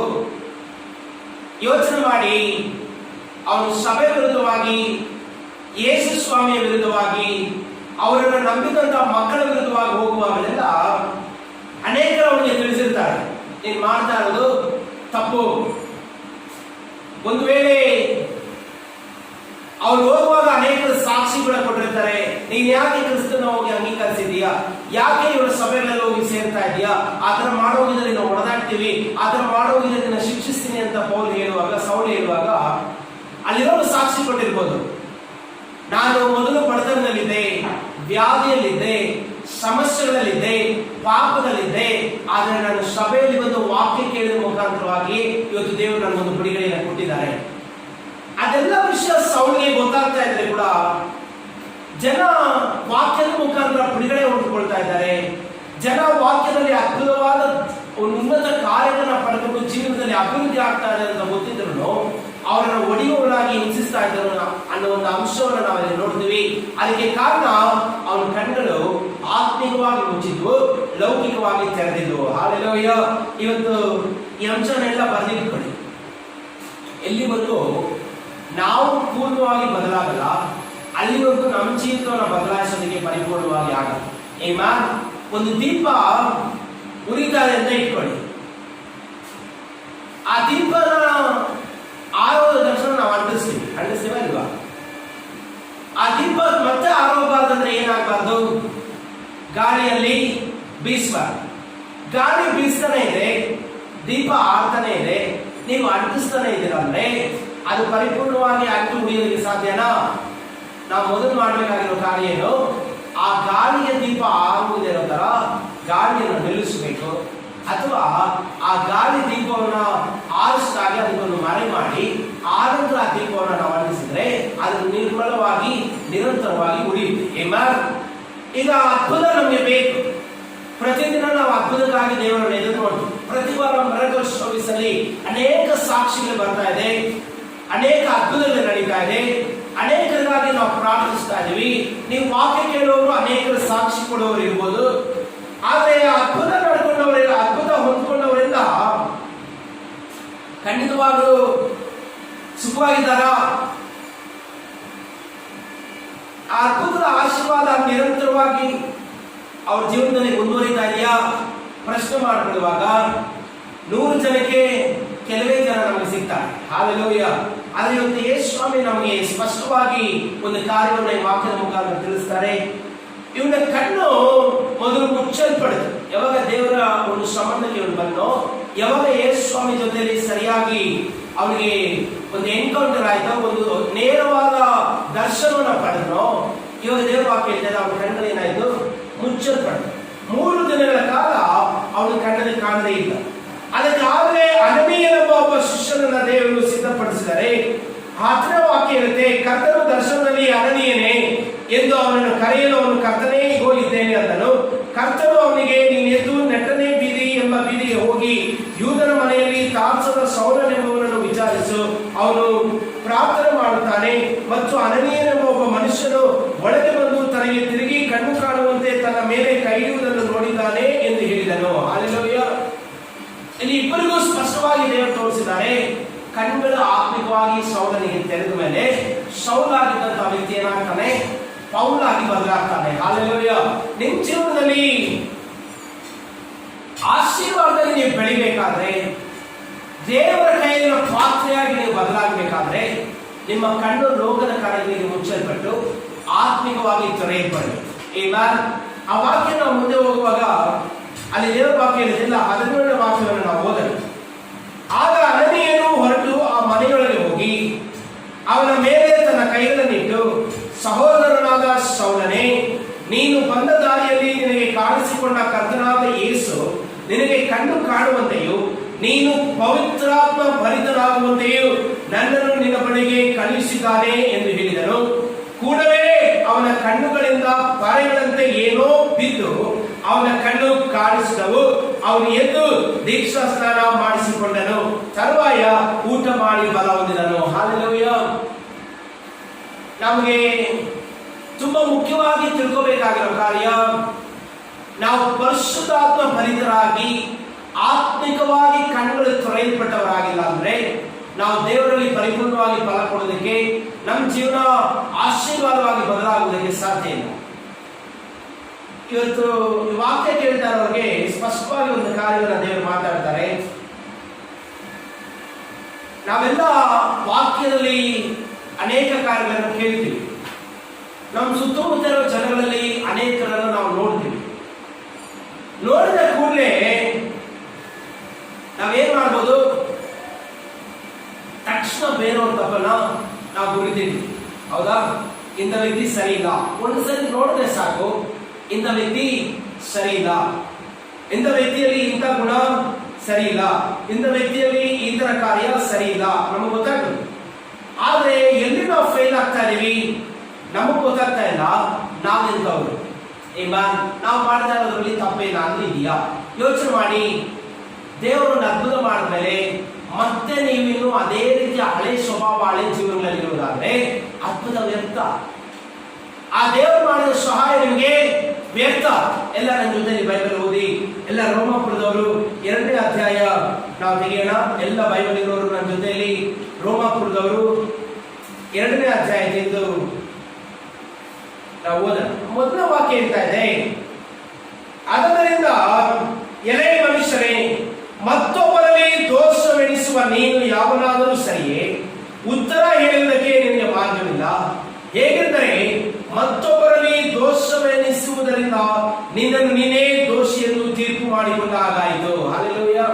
ಈಗ ನಾವು ಏನಾಗಬೇಕು? ಫಸ್ಟ್ ನಮ್ಮ ಕಣ್ಣುಗಳು ತೊರೆಯಲ್ಪಡಬೇಕು. ನಾವು ಫಸ್ಟ್ ಬೇರೆಯವ್ರ ಕಡೆ ಗಮನ ಕೊಡೋದನ್ನು ಬಿಟ್ಟು ನಮ್ಮನ್ನು ನಾವು ವಿಚಾರಿಸ್ಕೊಳ್ಬೇಕು. ನಾವೆಲ್ಲ ಬ್ಯಾಪ್ಟಿಸಮ್ ಆಗಿರೋರಾದ್ರೆ ನಿಮಗೆ ಕಮ್ಯುನಿಯನ್ ಕೊಡುವಾಗಲೆಲ್ಲ ಒಂದು ವಾಕ್ಯನ ಸ್ಪಷ್ಟವಾಗಿ ನಾನು ಹೇಳ್ತಾ ಇದ್ದೇನೆ. ಆ ವಾಕ್ಯ ದೇವರು ಸ್ಪಷ್ಟವಾಗಿ ಸಭೆಗೆ ಕೊಟ್ಟಿದ್ದಾರೆ. ಏನಂದ್ರೆ, ನಮ್ಮನ್ನು ನಾವೇ ವಿಚಾರಿಸ್ಕೊಂಡ್ರೆ ನ್ಯಾಯ ತೀರ್ಪಿಗೆ ನಾವು ಒಳಗಾಗ. ನಮ್ಮನ್ನ ಬಂದು ಬೇರೆಯವರು ವಿಚಾರಿಸಬಾರ್ದು, ದೇವರ ಮುಂದೆ ನ್ಯಾಯ ವಿಚಾರಣೆಗೆ ನಾವು ಹೋಗಬಾರ್ದು. ಆದ್ರೆ ನಮ್ಮನ್ನ ನಾವೇ ಒಂದು ಸಲ ವಿಚಾರಿಸ್ಕೊಳ್ಬೇಕು. ನಾವೇನ್ ಮಾಡ್ಬೇಕು? ನಾವು ನಡ್ಕೊಳ್ತಾರ ನಡತೆ ಸರಿನಾ? ಎಲ್ಲ ನನ್ನ ಜೊತೆಲಿ ಹಾಗೆ ಓದಿ 2ನೇ ಅಧ್ಯಾಯ 4ನೇ ವಾಕ್ಯ. ಆತನ ಅಪಾರವಾದ ದಯಾ ಸಹನ ದೀರ್ಘ ಶಾಂತಿಗಳನ್ನು ಅಸಡ್ಡೆ ಮಾಡುತ್ತೀಯ. ಮನಸ್ಸನ್ನು ಬೇರೆ ಮಾಡಿಕೊಳ್ಳುವುದಕ್ಕೆ ದೇವರ ಉಪಕಾರವು ನಿನ್ನನ್ನು ಪ್ರೇರೇಪಿಸುತ್ತದೆಂಬುದು ನಿನಗೆ ಗೊತ್ತಿಲ್ಲವೇ? ಹಾಲೆಲೂಯ. ಎಷ್ಟು ಜನಕ್ಕೆ ಇದುವರೆಗೂ ದೇವರ ಅದ್ಭುತ ಮಾಡಿದಾರೆ ಅನ್ಸುತ್ತೆ? ಹಾಲೆಲೂಯಲ್ಲಿ ಎಷ್ಟು ಜನಕ್ಕೆ ದೇವರ ಅದ್ಭುತ ಮಾಡಿದ್ದಾರೆ? ಆದ್ರೆ ನಾನೊಂದು ನೇರವಾದ ಪ್ರಶ್ನೆ ನಿಮಗೆ ಹೇಳ್ತೀನಿ. ಅದ್ಭುತ ಮಾಡಿರೋ ದೇವರಲ್ಲಿ ಮನಸ್ಫೂರ್ತಿಯಾಗಿ ನಾವು ತಿದ್ದುಕೊಂಡು ಒಪ್ಪಿಸ್ಕೊಂಡಿದ್ದೀವಾ? ದೇವರು ಕೇಳ್ತಾ ಇದ್ದಾರೆ, ದೇವರು ಮಾಡೋ ಪ್ರತಿಯೊಂದು ಉಪಕಾರ ಯಾತಕ್ಕೋಸ್ಕರ? ನೀವು ಮತ್ತೆ ಮತ್ತೆ ಆ ಇಕ್ಕಟ್ಟಿಗೆ ಹೋಗಿ ಸಿಕ್ಕಬಾರ್ದು, ಸಮಸ್ಯೆಯಿಂದ ಸಮಸ್ಯೆಗೆ ನೀವು ಹೋಗಬಾರ್ದು. ನೀವು ಇಕ್ಕಟ್ಟಿನಿಂದ ಬಿಡುಗಡೆಯಾಗಿ ಸಾಕ್ಷಿಯಾಗಿ ಜೀವಿಸಿ. ಒಂದು ವ್ಯಕ್ತಿ ದಾರಿ ತಪ್ಪಿದ್ದಾನೆ ಅನ್ನುವಾಗ, ಅಯ್ಯೋ ಗೊತ್ತಿಲ್ದಿರ ತಪ್ಪು ಮಾಡಿದ್ದಾನೆ, ನಾವು ಹೋಗಿ ಅವನಿಗೆ ಸಹಾಯ ಮಾಡೋಣ, ಅವನು ಏನೋ ಒಂದು ಸ್ವಲ್ಪ ಏನು ಇಲ್ಲದವನಾಗಿದ್ದಾನೆ, ಇವತ್ತು ಬೇಕಾಗಿರೋಷ್ಟು ಅವನಿಗೆ ಕೊಡೋಣ. ತಪ್ಪು ಮಾಡಿ ಯಾರ ಮುಂದೆ ಸಿಕ್ಕಾಕೊಂಡ್ಬಿಟ್ಟಿದ್ದಾನೆ, ಅವನ ಪರವಾಗಿ ನಾವು ಹೋಗಿ ಏನೋ ಒಂದು ಸರಿ ಗೊತ್ತಿಲ್ಲದೆ ಮಾಡಿಬಿಟ್ಟಿದ್ದಾನೆ, ಸರಿ ಬಿಡಿ, ಆದ್ರೆ ಮುಂದಿನ ಸರಿ ನಾವು ತಿದ್ಕೊಳ್ತೇನೆ ಅಂತ ನಾವು ಹೇಳುವಾಗ ಆ ವ್ಯಕ್ತಿಗೆ ಆ ಮಾಡೋ ಉಪಕಾರಕ್ಕೆ ಅವನು ಏನಾಗಬೇಕು? ಮನಸ್ಸನ್ನು ತಿರುಗಿಸ್ಕೊಳ್ಬೇಕು. ಒಂದು ಕಡೆ ಒಂದು ವ್ಯಕ್ತಿ ಕಳ್ಳತನ ಮಾಡಿದ್ರೆ, ಕಳ್ಳತನ ಮಾಡಿದ ತಕ್ಷಣನೇ ಅವನು ಯಾರು ಕಳ್ಳ ಬಿಡಲ್ಲ. ಒಂದು ಮಗು ಅಥವಾ ಒಂದು ವಯಸ್ಸಿನ ಹುಡುಗ ಒಂದು ಜಾಗದಲ್ಲಿ ಹೋಗ್ತಾ ಇರುವಾಗ ಅಕಸ್ಮಾತ್ ಆಗಿ ಗೊತ್ತಿದ್ದೀರಾ ಅವನಿಗೆ ಬೇಕಾದ ಅವಶ್ಯಕತೆಗೋಸ್ಕರ ಅವನೊಂದು 500 ರೂಪಾಯಿಯೋ ಒಂದು 200 ರೂಪಾಯಿಯೋ ಒಂದು 1000 ರೂಪಾಯಿಗೋ ಒಬ್ಬರು ಜೋಬಲ್ಲಿ ಪರ್ಸ್ನ ಕಳ್ಳತನ ಮಾಡಿದಾಗ ಎಲ್ಲರೂ ಬಂದು ಅವನ ಪೊಲೀಸ್ ಸ್ಟೇಷನ್ ಇಟ್ಕೊಡಿ ಕಳ್ಳ ಅನ್ನುವಾಗ ಯಾರೊಬ್ರು ಬಂದು, ಇಲ್ಲ ಅವನಿಗೆ ಒಂದು ಸರಿ ಅವಕಾಶ ಕೊಡಿ, ಗೊತ್ತಿದ್ರೆ ಏನೋ ತಪ್ಪು ಮಾಡಿದ್ದಾನೆ, ಅವನಿಗೆ ಮುಂದೆ ಹಾಗಾಗಲ್ಲ, ನೋಡಪ್ಪ ಈ ತರ ಮಾಡಿದ್ರೆ ನಿನ್ನ ಲೈಫಲ್ಲಿ ಕಳ್ಳ ಅನ್ನೋ ಪಟ್ಟ ಬಂದ್ಬಿಡುತ್ತೆ, ಇದು ತಪ್ಪು, ಇದು ಒಳ್ಳೆ ಮಾರ್ಗ ಅಲ್ಲ, ನೀನ್ ಈ ರೀತಿಯಲ್ಲಿ ನಡ್ಕೋಬೇಕು ಅಂತ ಹೇಳಿ ಅವನ ಜಾಗದಿಂದ ಬಿಡಿಸಿ ಕಳಿಸಿದ ತಕ್ಷಣ ಅವನಿಗೆ ಏನ್ ಗೊತ್ತಿರ್ಬೇಕು? ಓ, ಇದು ತಪ್ಪಾದ ಕಾರ್ಯ, ಇದನ್ನ ಮಾಡುವುದರಿಂದ ನನ್ನ ಜೀವನ ಕೇಳಿ ಹೋಗುತ್ತೆ, ಇದು ನನಗೊಂದು ಕೆಟ್ಟ ಪಟ್ಟವನ್ನ ತರುತ್ತೆ. ಅವನ ಅರ್ಥ ಮಾಡ್ಕೊಂಡು ಏನ್ ಮಾಡ್ಬೇಕು? ಅದನ್ನ ಬಿಟ್ಟು ತಿರುಗಿಸ್ಕೊಳ್ಬೇಕು. ಅವಾಗ ಅವನ ಲೈಫಲ್ಲಿ ಯಾರು ಕಳ್ಳ ಅಂತ ಕರೆಯೋದೇ ಇಲ್ಲ. ಆದ್ರೆ ಅವನ ಕಳ್ಳತನಕ್ಕೆ ಆ ಸಮಯಕ್ಕೆ ತಪ್ಪಿಸ್ಕೊಳ್ಳೋಕೆ ಚಾನ್ಸ್ ಸಿಕ್ತು, ಸಾಕಂತ ಹೇಳಿ ತಿರುಗಿ ಹೋಗಿ ಅದೇ ರೀತಿಯ ಅಭ್ಯಾಸವನ್ನು ಮಾಡಿ ಚಿಕ್ಕಂದ್ರಲ್ಲಿರೋ ದೊಡ್ಡದಾಗಿ ಕಳ್ಳತನವನ್ನು ಅಭ್ಯಾಸ ಮಾಡ್ತಾ ಹೋದ್ರೆ ಅವನಿಗೆ ವಿರುದ್ಧ ಏನಂತ ಬರುತ್ತೆ? ನಾಳೆ ಅವನು ಕಳ್ಳ ಅನಿಸ್ಕೊಳ್ತಾನೆ. ಆದ್ರೆ ಅವನು ಮಾಡುವ ಯಾವ ಉಪಕಾರವೂ ಪ್ರಯೋಜನವಾಗಲ್ಲ, ವ್ಯರ್ಥವಾಗುತ್ತೆ. ಹಾಲೆಲೂಯ. ಇವತ್ತು ನಮ್ಮನ್ನು ಒಂದ್ಸಾರಿ ವಾಕ್ಯ ಕೇಳ್ತಾರವರೆಲ್ಲ ನಿಮ್ಮನ್ನು ನೀವೇ ಒಂದ್ಸರಿ ಶೋಧಿಸ್ಕೊಳ್ಳಿ. ನಮ್ಮ ಮನಸ್ಸನ್ನು ನಾವು ಪ್ರಶ್ನೆ ಮಾಡ್ಕೊಳ್ಳುವಾಗ ಎಷ್ಟೋ ತಪ್ಪುಗಳನ್ನು ನಾವು ಮಾಡಿ ದೇವರ ಹತ್ರ ಬಂದು ಮಣಕಾಲಲ್ಲಿ ಕೇಳ್ಕೊಂಡಿದೀವಿ. ಅಪ್ಪ ನಮ್ಗೆ ಗೊತ್ತಾಯ್ತು ಇವತ್ತು ತಪ್ಪು ಅಂತ. ಯಾಕೆ ಗೊತ್ತಾಯ್ತು? ಇದರಿಂದ ಏನೋ ಒಂದು ಸಮಸ್ಯೆ ಉಂಟಾಗ್ಬಿಟ್ಟಿದೆ, ನನ್ನ ಪ್ರಾಣ ಹೋಗೋ ತರ ಇದೆ, ನನ್ನ ಮಾನವೆಲ್ಲ ಹೋಗೋ ತರ ಇದೆ, ಇದರಿಂದ ನನಗೆ ನನ್ನ ಕುಟುಂಬಕ್ಕೆ ಏನೋ ಒಂದು ದೊಡ್ಡ ಕೇಡು ಸಂಭವಿಸೋ ತರ ಇದೆ, ಇದೊಂದು ಸಾರಿ ನನ್ನ ಕ್ಷಮಿಸ್ಬಿಡಿ, ಇನ್ನು ಮೇಲೆ ಈ ತರ ಕೆಲಸಕ್ಕೆ ನಾನು ಕೈ ಹಾಕಲ್ಲ. ಯೋಚನೆ ಮಾಡಿ, ಯಾರಾದ್ರೂ ನೀವು ಅನಾರೋಗ್ಯದಲ್ಲಿ ಇರುವುದಾದ್ರೆ ನಿಮ್ಮ ಚಟಗಳಿಂದ ನಿಮ್ಮ ಆರೋಗ್ಯ ಕೆಟ್ಟಿರುವಾಗ ದೇವರ ಹತ್ರ ಬೇಡಿ, ಇನ್ಮೇಲೆ ಈ ತರ ಮಾಡಲ್ಲ ಅನ್ಕೊಂಡವರು ಮತ್ತೆ ಮತ್ತೆ ನೀವು ಅದೇ ಚಟಕ್ಕೆ ಹೋಗೋದಾದ್ರೆ ನೀವು ಮಾಡ್ತಾ ಇರೋದು ತಪ್ಪು.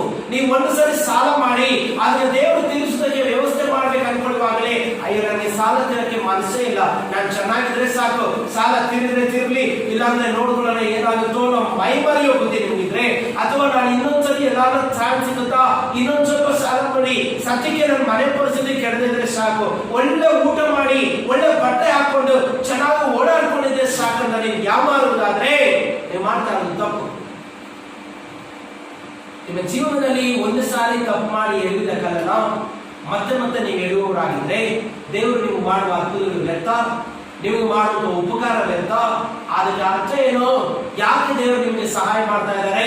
ದೇವರ ವಾಕ್ಯದಲ್ಲಿ ಸ್ಪಷ್ಟವಾಗಿ ಹೇಳಿದ್ದಾರೆ. ನಾವೆಲ್ಲ ವಾಕ್ಯ ಓದುವಾಗ ಅಪಾರವಾದ ದೇವರ ದಯೆಯನ್ನ, ಅವರ ಸಹನೆಯನ್ನ, ದೀರ್ಘ ಶಾಂತಿಯನ್ನ ನಾವೇನ್ ಮಾಡ್ತಾರೆ ಅಂದ್ರೆ ಅಶ್ರದ್ಧೆ ಮಾಡ್ತಾರೆ. ವಾಕ್ಯ ಕೇಳುವಾಗ ಕೇಳ್ತಾನೆ ಇದೀವಿ, ನಾವು ಮಾಡೋದನ್ನ ನಾವು ಮಾಡ್ತಾನೆ ಇದೀವಿ. ಅವಾಗ ನಾವೇನ್ ಮಾಡ್ತಾ ಇದೀವಿ? ದೇವ್ರ ಕೇಳಿ ಏನಾಗುತ್ತೆ ನೋಡಲ್ಲ. ಏನ್ ಮಾಡ್ಬೋದು ದೇವರು? ದೇವರ ದಯೆ, ದೇವರ ಕರುಣೆ, ದೇವರ ಒಳ್ಳೆತನವನ್ನ ಅಶ್ರದ್ಧೆ ಮಾಡ್ತಾ ಇದ್ದಾರೆ. ದೇವರ ಜನರೇ, ವಾಕ್ಯ ನೀವು ಕೇಳ್ತಾ ಇರೋದಾದ್ರೆ ಇವತ್ತು ನಿಮ್ಗೊಂದು ಎಚ್ಚರಿಕೆಯನ್ನು ದೇವರು ಕೊಡ್ತಾ ಇದ್ದಾರೆ.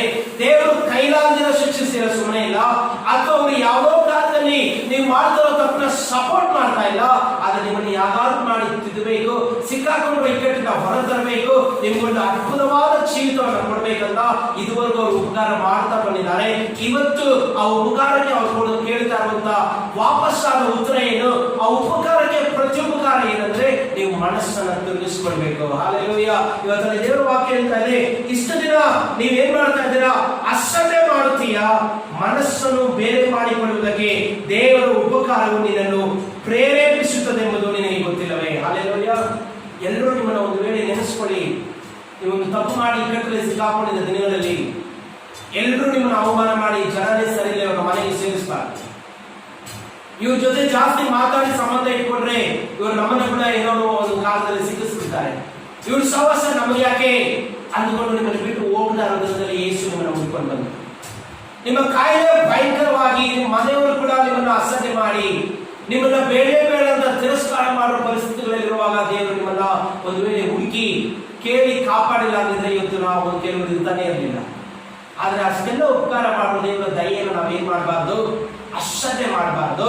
ಅವರು ದಯೆ ತೋರಿಸಿದ್ದು, ನಮ್ಮನ್ನು ಕಾಪಾಡಿದ್ದು, ನಮಗೆ ಉಪಕಾರ ಮಾಡಿದ್ದು, ನಾವು ತಿರುಗಿ ಅದೇ ದಾರಿಯಲ್ಲಿ ನಡೀಲಿ ಅಂತಲ್ಲ, ನಮ್ಮ ಮನಸ್ಸಿನ ಸ್ವೇಚ್ಛೆಯಾಗಿ ನಾವು ಜೀವನ ಮಾಡಲಿ ಅಂತಲ್ಲ, ಆದ್ರೆ ನಾವು ತಿದ್ದುಕೊಂಡು ನಮ್ಮ ಮನಸ್ಸನ್ನ ದೇವರ ಕಡೆ ಕೊಡ್ಬೇಕಂತ, ನಮ್ಮ ಜೀವಿತವನ್ನ ದೇವರಿಗಾಗಿ ಮೀಸಲು ಪಡಿಸಬೇಕಂತ ದೇವರು ನಮಗೆ ಉಪಕಾರ ಮಾಡಿದ್ದಾರೆ. ಹಾಲೆಲೂಯಾ. ಎಷ್ಟು ಜನ ಈ ವಾಕ್ಯಕ್ಕೆ ನಮ್ಮನ್ನು ಒಪ್ಪಿಸ್ಕೊಳ್ಳಕ್ಕೆ ಹೇಳಿ ನಮ್ಮ ಮನಸ್ಸೇನೋ ಒಂದ್ ಕಡೆ ಇವತ್ತು ಬದಲಾಗಬೇಕು. ಹಾಲೆಲೂಯಾ. ಏನ್ ಹೇಳುತ್ತೆ? ನಾವು ಹಾಗೆ ದೇವರ ವಾಕ್ಯ ಓದುವಾಗ ಇಲ್ಲ, ನಾವು ಹಾಗೆ ಓದೋಣ ಮುಂದೆ 5ನೇ ವಾಕ್ಯ. ನೀನು ನಿನ್ನ ಮೊಂಡುತನವನ್ನು ಪಶ್ಚಾತ್ತಾಪವಿಲ್ಲದ ಮನಸ್ಸನ್ನು ಅನುಸರಿಸುವುದರಿಂದ ನಿನಗೋಸ್ಕರ ದೇವರ ಕೋಪವನ್ನು ಕೂಡಿಟ್ಟುಕೊಳ್ಳುತ್ತಾ ಇದ್ದಿ. ದೇವರ ಕೋಪವು ನ್ಯಾಯವಾದ ತೀರ್ಪು ಪ್ರಕಟವಾಗುವ ದಿವಸ ಬರುತ್ತದಷ್ಟೇ. ಹಾಲೆಲೂಯಾ. ಇನ್ನೊಂದು ಕಡೆ ಯಾವ ಮಾಡ್ಕೊಂಡು ಹೋಗ್ತಾ ಇದ್ರೆ ಇದೊಂದು ನಿಮ್ಗೆ ಎಚ್ಚರಿಕೆ ಗಂಟೆ ಆಗಿರಲಿ. ಸ್ಪಷ್ಟವಾಗಿ ಇವತ್ತು ದೇವರು ಸಭೆಯೊಟ್ಟಿಗೆ ಮಾತಾಡ್ತಾ ಇದ್ದಾರೆ. ಸಭೆಯಲ್ಲಿ ಬರಕ್ಕೆ ಮುಂಚೆ, ವಾಕ್ಯ ಕೇಳಕ್ಕೆ ಮುಂಚೆ, ದೇವರು ನಿಮಗೆ ಉಪಕಾರ ಮಾಡಿ ನಿಮ್ಮನ್ನ ಬಿಡಿಸಕ್ಕೆ ಮುಂಚೆ ನೀವು ಯಾಗಿದ್ರೋ ಅದು ಬೇಡ. ಆದ್ರೆ ಈಗಲಿಂದ ನೀವು ಪರಿಪೂರ್ಣವಾಗಿ ನಿಮ್ಮ ಮನಸ್ಸಾಕ್ಷಿ ನಿಮ್ಮನ್ನು ಚುಚ್ಚದೇ ಇರೋ ತರ ನಿಮ್ಮ ಹಳೆ ಸ್ವಭಾವಗಳನ್ನು ಬಿಟ್ಟು ಹೊರಗಡೆ ಬರಬೇಕು. ನಿಮ್ಮೆಲ್ಲ ದೇವರ ವಿರೋಧವಾದ ಕೆಟ್ಟದಾದ ಲೋಕದ ಕಾರ್ಯದ ಅಭ್ಯಾಸಗಳಿಂದ ಹೊರಗಡೆ ಬರಬೇಕು. ದೇವರು ನಿಮಗಾಗಿ ಒಂದು ದೊಡ್ಡ ಯೋಜನೆಯನ್ನು ಸಿದ್ಧ ಮಾಡಿದ್ದಾರೆ. ಅವರು ನಿಮಗೆ ವಿಶೇಷ ಸಹಾಯಕರಾಗಿ ನಿಂತಿದ್ದಾರೆ. ನೀವು ಯಾವ ಕಾರ್ಯದಲ್ಲಿ ಸಿಕ್ಕಾಕೊಂಡಿದ್ರು ಅವರು ಬಿಡಿಸುವುದಕ್ಕೆ ಸಮರ್ಥರಾಗಿದ್ದಾರೆ. ಆದ್ರೆ ದೇವರು ಕೇಳ್ತಾ ಇದ್ದಾರೆ, ನೀನು ಮೊಂಡತನ ಇನ್ನು ಮುಂದೆ ಮುಂದುವರಿಸಬಾರ್ದು. ನಿನ್ನ ಹೃದಯ ಪಶ್ಚಾತ್ತಾಪ ಇಲ್ಲದೆ ಇರಬಾರ್ದು. ಇದು 2 ಪಾಯಿಂಟ್ ಅನ್ನ ಎಲ್ಲ ರೆಡಿ ಕಲಿ ನಿಮ್ಮ ಡೈರಿಗಳಲ್ಲಿ, ನಿಮ್ಮ ಮೆಸೇಜ್ ಪುಸ್ತಕದಲ್ಲಿ ಬರೆದಿಟ್ಕೊಳ್ಳಿ. ದೇವರಿಗೆ ಇಷ್ಟ ಆಗದೆ ಇರುವ 2 ಕಾರ್ಯ. ಒಂದು ಮೊಂಡುತನ. ಎಷ್ಟು ಕೇಳಿದ್ರು ನಾವು ಹಿಂಗೆ, ನಮ್ಮ ಸ್ವಭಾವ ಇಷ್ಟೇ, ನಾವು ಬದಲಾಯಿಸಿಕೊಳ್ಳಲ್ಲ, ಈ ಒಂದು ಧೋರಣೆ ದೇವರಿಗೆ ಕೋಪ ತರಿಸುವಂತದ್ದಾಗಿದೆ. ಇದು ನಿಮ್ಮಂತೆ ನಿಲ್ಲಿಸು. 2ನೇದು ಪಶ್ಚಾತ್ತಾಪ ಇಲ್ಲದೆ ಇರೋ ಹೃದಯ. ಗೊತ್ತು ನಿಮಗೆ ನೀವು ಮಾಡ್ತಾ ಇರೋದು ತಪ್ಪು, ನಿಮಗೆ ಗೊತ್ತು ನಿಮ್ಮ ನಡವಳಿಕೆ ದೇವರ ಮುಂದೆ ಸರಿಯಾಗಿಲ್ಲ, ನಿಮಗೆ ಗೊತ್ತು ಎಲ್ಲಾ ವಿಚಾರದಲ್ಲಿ ನಾನು ಸರಿಯಾಗಿದ್ದೀನಿ, ಆದ್ರೆ ಇದೊಂದು ವಿಚಾರದಲ್ಲಿ ಯಾಕೋ ನನ್ನ ಕೈಲಿ ಆಗ್ತಾ ಇಲ್ಲ. ಆದ್ರೆ ದೇವರು ಹೇಳ್ತಾ ಇದ್ದಾರೆ, ನಿನ್ನ ಪಶ್ಚಾತ್ತಾಪ ಇಲ್ಲದೇ ಇರೋ ಹೃದಯದಿಂದ ಕೋಪವನ್ನು ಕೂಡಿಟ್ಕೊಳ್ತಾ ಇದೆಯಾ, ಅದಕ್ಕೆ ತೀರ್ಪು ಕೊಡೋ ದಿನ ಶೀಘ್ರದಲ್ಲಿದೆ. ಹಾಲೆಲೂಯಾ. ಎಲ್ಲ ಇವತ್ತಿದ್ಕೊಂಡು ಎಚ್ಚರಿಕೆ ಆಗಿ ತಗೊಂಡು ದೇವರ ಮುಂದೆ ಹೃದಯವನ್ನು ಒಪ್ಪಿಸಿಕೊಟ್ಟು, ಇದಕ್ಕೆ ಅರ್ಥ ಏನಂದ್ರೆ ಪಶ್ಚಾತ್ತಾಪ ನಮ್ಮ ಹೃದಯದಲ್ಲಿ ಬರುವಾಗ ಆ ಕ್ಷಣನೇ ನಾವು ದೇವರ ದಯೆಯನ್ನು ಹೊಂದ್ಕೊಳ್ತೀವಿ. ದೇವರ ವಾಕ್ಯದಲ್ಲಿ ವ್ಯಭಿಚಾರ ಮಾಡಿದ ಒಂದು ಸ್ತ್ರೀ ಯೇಸು ಸ್ವಾಮಿ ಪಾದಗಳಲ್ಲಿ ಬಂದು ಕಣ್ಣೀರಿನ ದೇವರ ಪಾದಗಳನ್ನು ತೊಳೆದು ತನ್ನ ಕೂದಲಿನ ಪಾದವನ್ನು ಒರೆಸಿ ಬೆಲೆ ಬಾಳುವ ತೈಲವನ್ನು ಸುರಿಯುವಾಗ ಅಲ್ಲಿರುವ ಶಿಷ್ಯರು ಹೇಳ್ತಾರೆ, ನೀನು ಮಾಡಿದ್ದೇನು? ಅಷ್ಟು ಬೆಲೆ ಬಾಳುವ ತೈಲವನ್ನು ದೇವರ ಕಾಲದಲ್ಲಿ ಹಾಕಿದ್ದೀಯಾ? ಇನ್ ಕೆಲವು ಶಾಸ್ತ್ರಿಗಳು ಪರಿಸರ ಹೇಳ್ತಾರೆ, ಅಮ್ಮ ಇವನು ಯಾವ ಪ್ರವಾದಿ ಅಂತ ಕರ್ಕೊಳ್ತಾನೆ, ಪ್ರವಾದಿಯಾದ ವ್ಯಕ್ತಿಗೆ ಒಂದು ವ್ಯಭಿಚಾರ ಮಾಡೋ ಸ್ತ್ರೀ ಹತ್ತಿರಕ್ಕೆ ಬಂದು ಕೂತ್ಕೊಂಡ್ರೆ ಅಸಹ್ಯ ಆಗಲ್ವಾ, ಗೊತ್ತಾಗಲ್ವಾ, ಅಥವಾ ಇವನು ಅವತಾರನ? ಆದ್ರೆ ಯೇಸುಸ್ವಾಮಿ ಒಂದೇ ಒಂದು ಉತ್ತರ ಕೊಡ್ತಾರೆ, ಈಕೆ ಪ್ರೀತಿಯು ಬಹಳ, ಹಾಗಾಗಿ ಬಹಳ ಪಾಪಗಳಿದ್ದರೆ ಕೂಡ ಅದಕ್ಕೆ ಕ್ಷಮಿಸಲ್ಪಟ್ಟಿದೆ. ಹಲ್ಲೆಲೂಯಾ. ಇವತ್ತು ನಮ್ಮ ಹೃದಯದಲ್ಲಿ ದೇವರ ಪಾದದಲ್ಲಿ ಹೋಗ್ಬೇಕನ್ನೋ ಆಸಕ್ತಿ ಇದ್ರೆ ನಮ್ಮ ಮನಸ್ಸಲ್ಲಿ ಒಂದು ಪಶ್ಚಾತ್ತಾಪ ಬರುತ್ತೆ. ಒಂದು ತಪ್ಪು ನಾವು ಮಾಡುವಾಗ ರಾತ್ರಿಗಳಲ್ಲಿ ನಮಗೆ ನಿದ್ದೆ ಕೇಳಬೇಕು. ನಾನು ಮತ್ತೆ ದೇವರ ಮುಂದೆ ಯಾವಾಗಿ ನನ್ನ ಮಗ ತೋರಿಸ್ಲಿ, ಯಾವ ತರವಾಗಿ ನಾನು ಪ್ರಾರ್ಥನೆ ಮಾಡಲಿ, ನಾನು ದೇವರಿಗೆ ಹರಕೆ ಮಾಡ್ಕೊಂಡಿದ್ದೆ ಇದೊಂದ್ಸರಿ ಕ್ಷಮಿಸಿ, ಮೇಲೆ ನಾನು ಇದು ಮಾಡಲ್ಲ ಅಂತ ನಾನು ವಾಕ್ಯ ಕೇಳಿ ಹರಕೆ ಮಾಡಿ ದೇವರಿಗೆ ಒಪ್ಪಿಸ್ಕೊಟ್ಟಿದ್ರೆ ಬಿಟ್ಬಿಟ್ಟಿದ್ದೆ. ಆದ್ರೆ ನಾನು ದೇವರಿಗೆ ಮೋಸ ಮಾಡಿ ಪ್ರತಿದಿನ ಅದೇ ಗುಣನಡತೆಯನ್ನು ತಿರುಗಿ ಕಂಟಿನ್ಯೂ ಮಾಡ್ತಾ ಇದ್ದೀನಿ. ನಾನು ದೇವರಿಗೆ ಯಾವ ತರ ಹೋಗಿದ್ದೀರಿ ಮಗವನ್ನು ತೋರಿಸ್ಲಿ. ಹಲ್ಲೆಲೂಯಾ. ದೇವರು ಹೇಳ್ತಾ ಇದ್ದಾರೆ, ನಿನ್ನ ಹೃದಯದಲ್ಲಿ ಪಶ್ಚಾತ್ತಾಪ ಬರಬೇಕು. ನೀನು ಪ್ರಾರ್ಥನೆ ಮಾಡುವಾಗ ನಿನ್ನ ಕಣ್ಣಲ್ಲಿ ನೀರು ಬರಬೇಕು. ನಿನ್ನ ಹೃದಯ ಒಡೆದದಾಗಿ, ಯೇಸುವೇ ನನಗಾಗಿ ನೀನು ಶಿಲುಬೆಯಲ್ಲಿ ಬಲಿಯಾಗಿದ್ದೀರಾ, ನಾನು ಎಷ್ಟು ತಪ್ಪು ಪಾಪಗಳನ್ನು ಮಾಡಿದ್ರು ಕೂಡ ನಾನು ಹುಡುಕಿ ಬಂದು ನನ್ನ ಆಶೀರ್ವದಿಸಿದ್ದೀರಾ, ನಾನು ಇಕ್ಕಟ್ಟಿನಲ್ಲಿರುವಾಗ ನಿನ್ನ ಉಪಕಾರದಿಂದಲೇ ನಾನು ಇವತ್ತು ಜೀವಿಸ್ತಾ ಇದ್ದೀನಿ. ಆದ್ರೆ ಮತ್ತೆ ಮತ್ತೆ ನಾನು ನಿನ್ನ ಪ್ರೀತಿ, ದಯೆ, ಕರುಣೆಗಳನ್ನ ಅಶ್ರದ್ಧೆ ಮಾಡಿ ನನ್ನ ಇಷ್ಟ ಬಂದ ಆಗ ಈ ಪಾಪದ ಜೀವಿತವನ್ನು ಮುಂದುವರಿಸುವುದಾದ್ರೆ ಖಂಡಿತ ನಾನು ದೇವರ ಕೋಪವನ್ನು ನೋಡುವವನಾಗಿರ್ತೀನಿ, ಕೋಪವನ್ನು ನೋಡುವವನಾಗಿರ್ತೀನಿ. ಇವತ್ತು ನಾನು ತಿಳ್ಕೊಳ್ಬೇಕೇಸಪ್ಪ, ನಾನು ಪಶ್ಚಾತ್ತಾಪ ಪಡ್ತೀನಿ.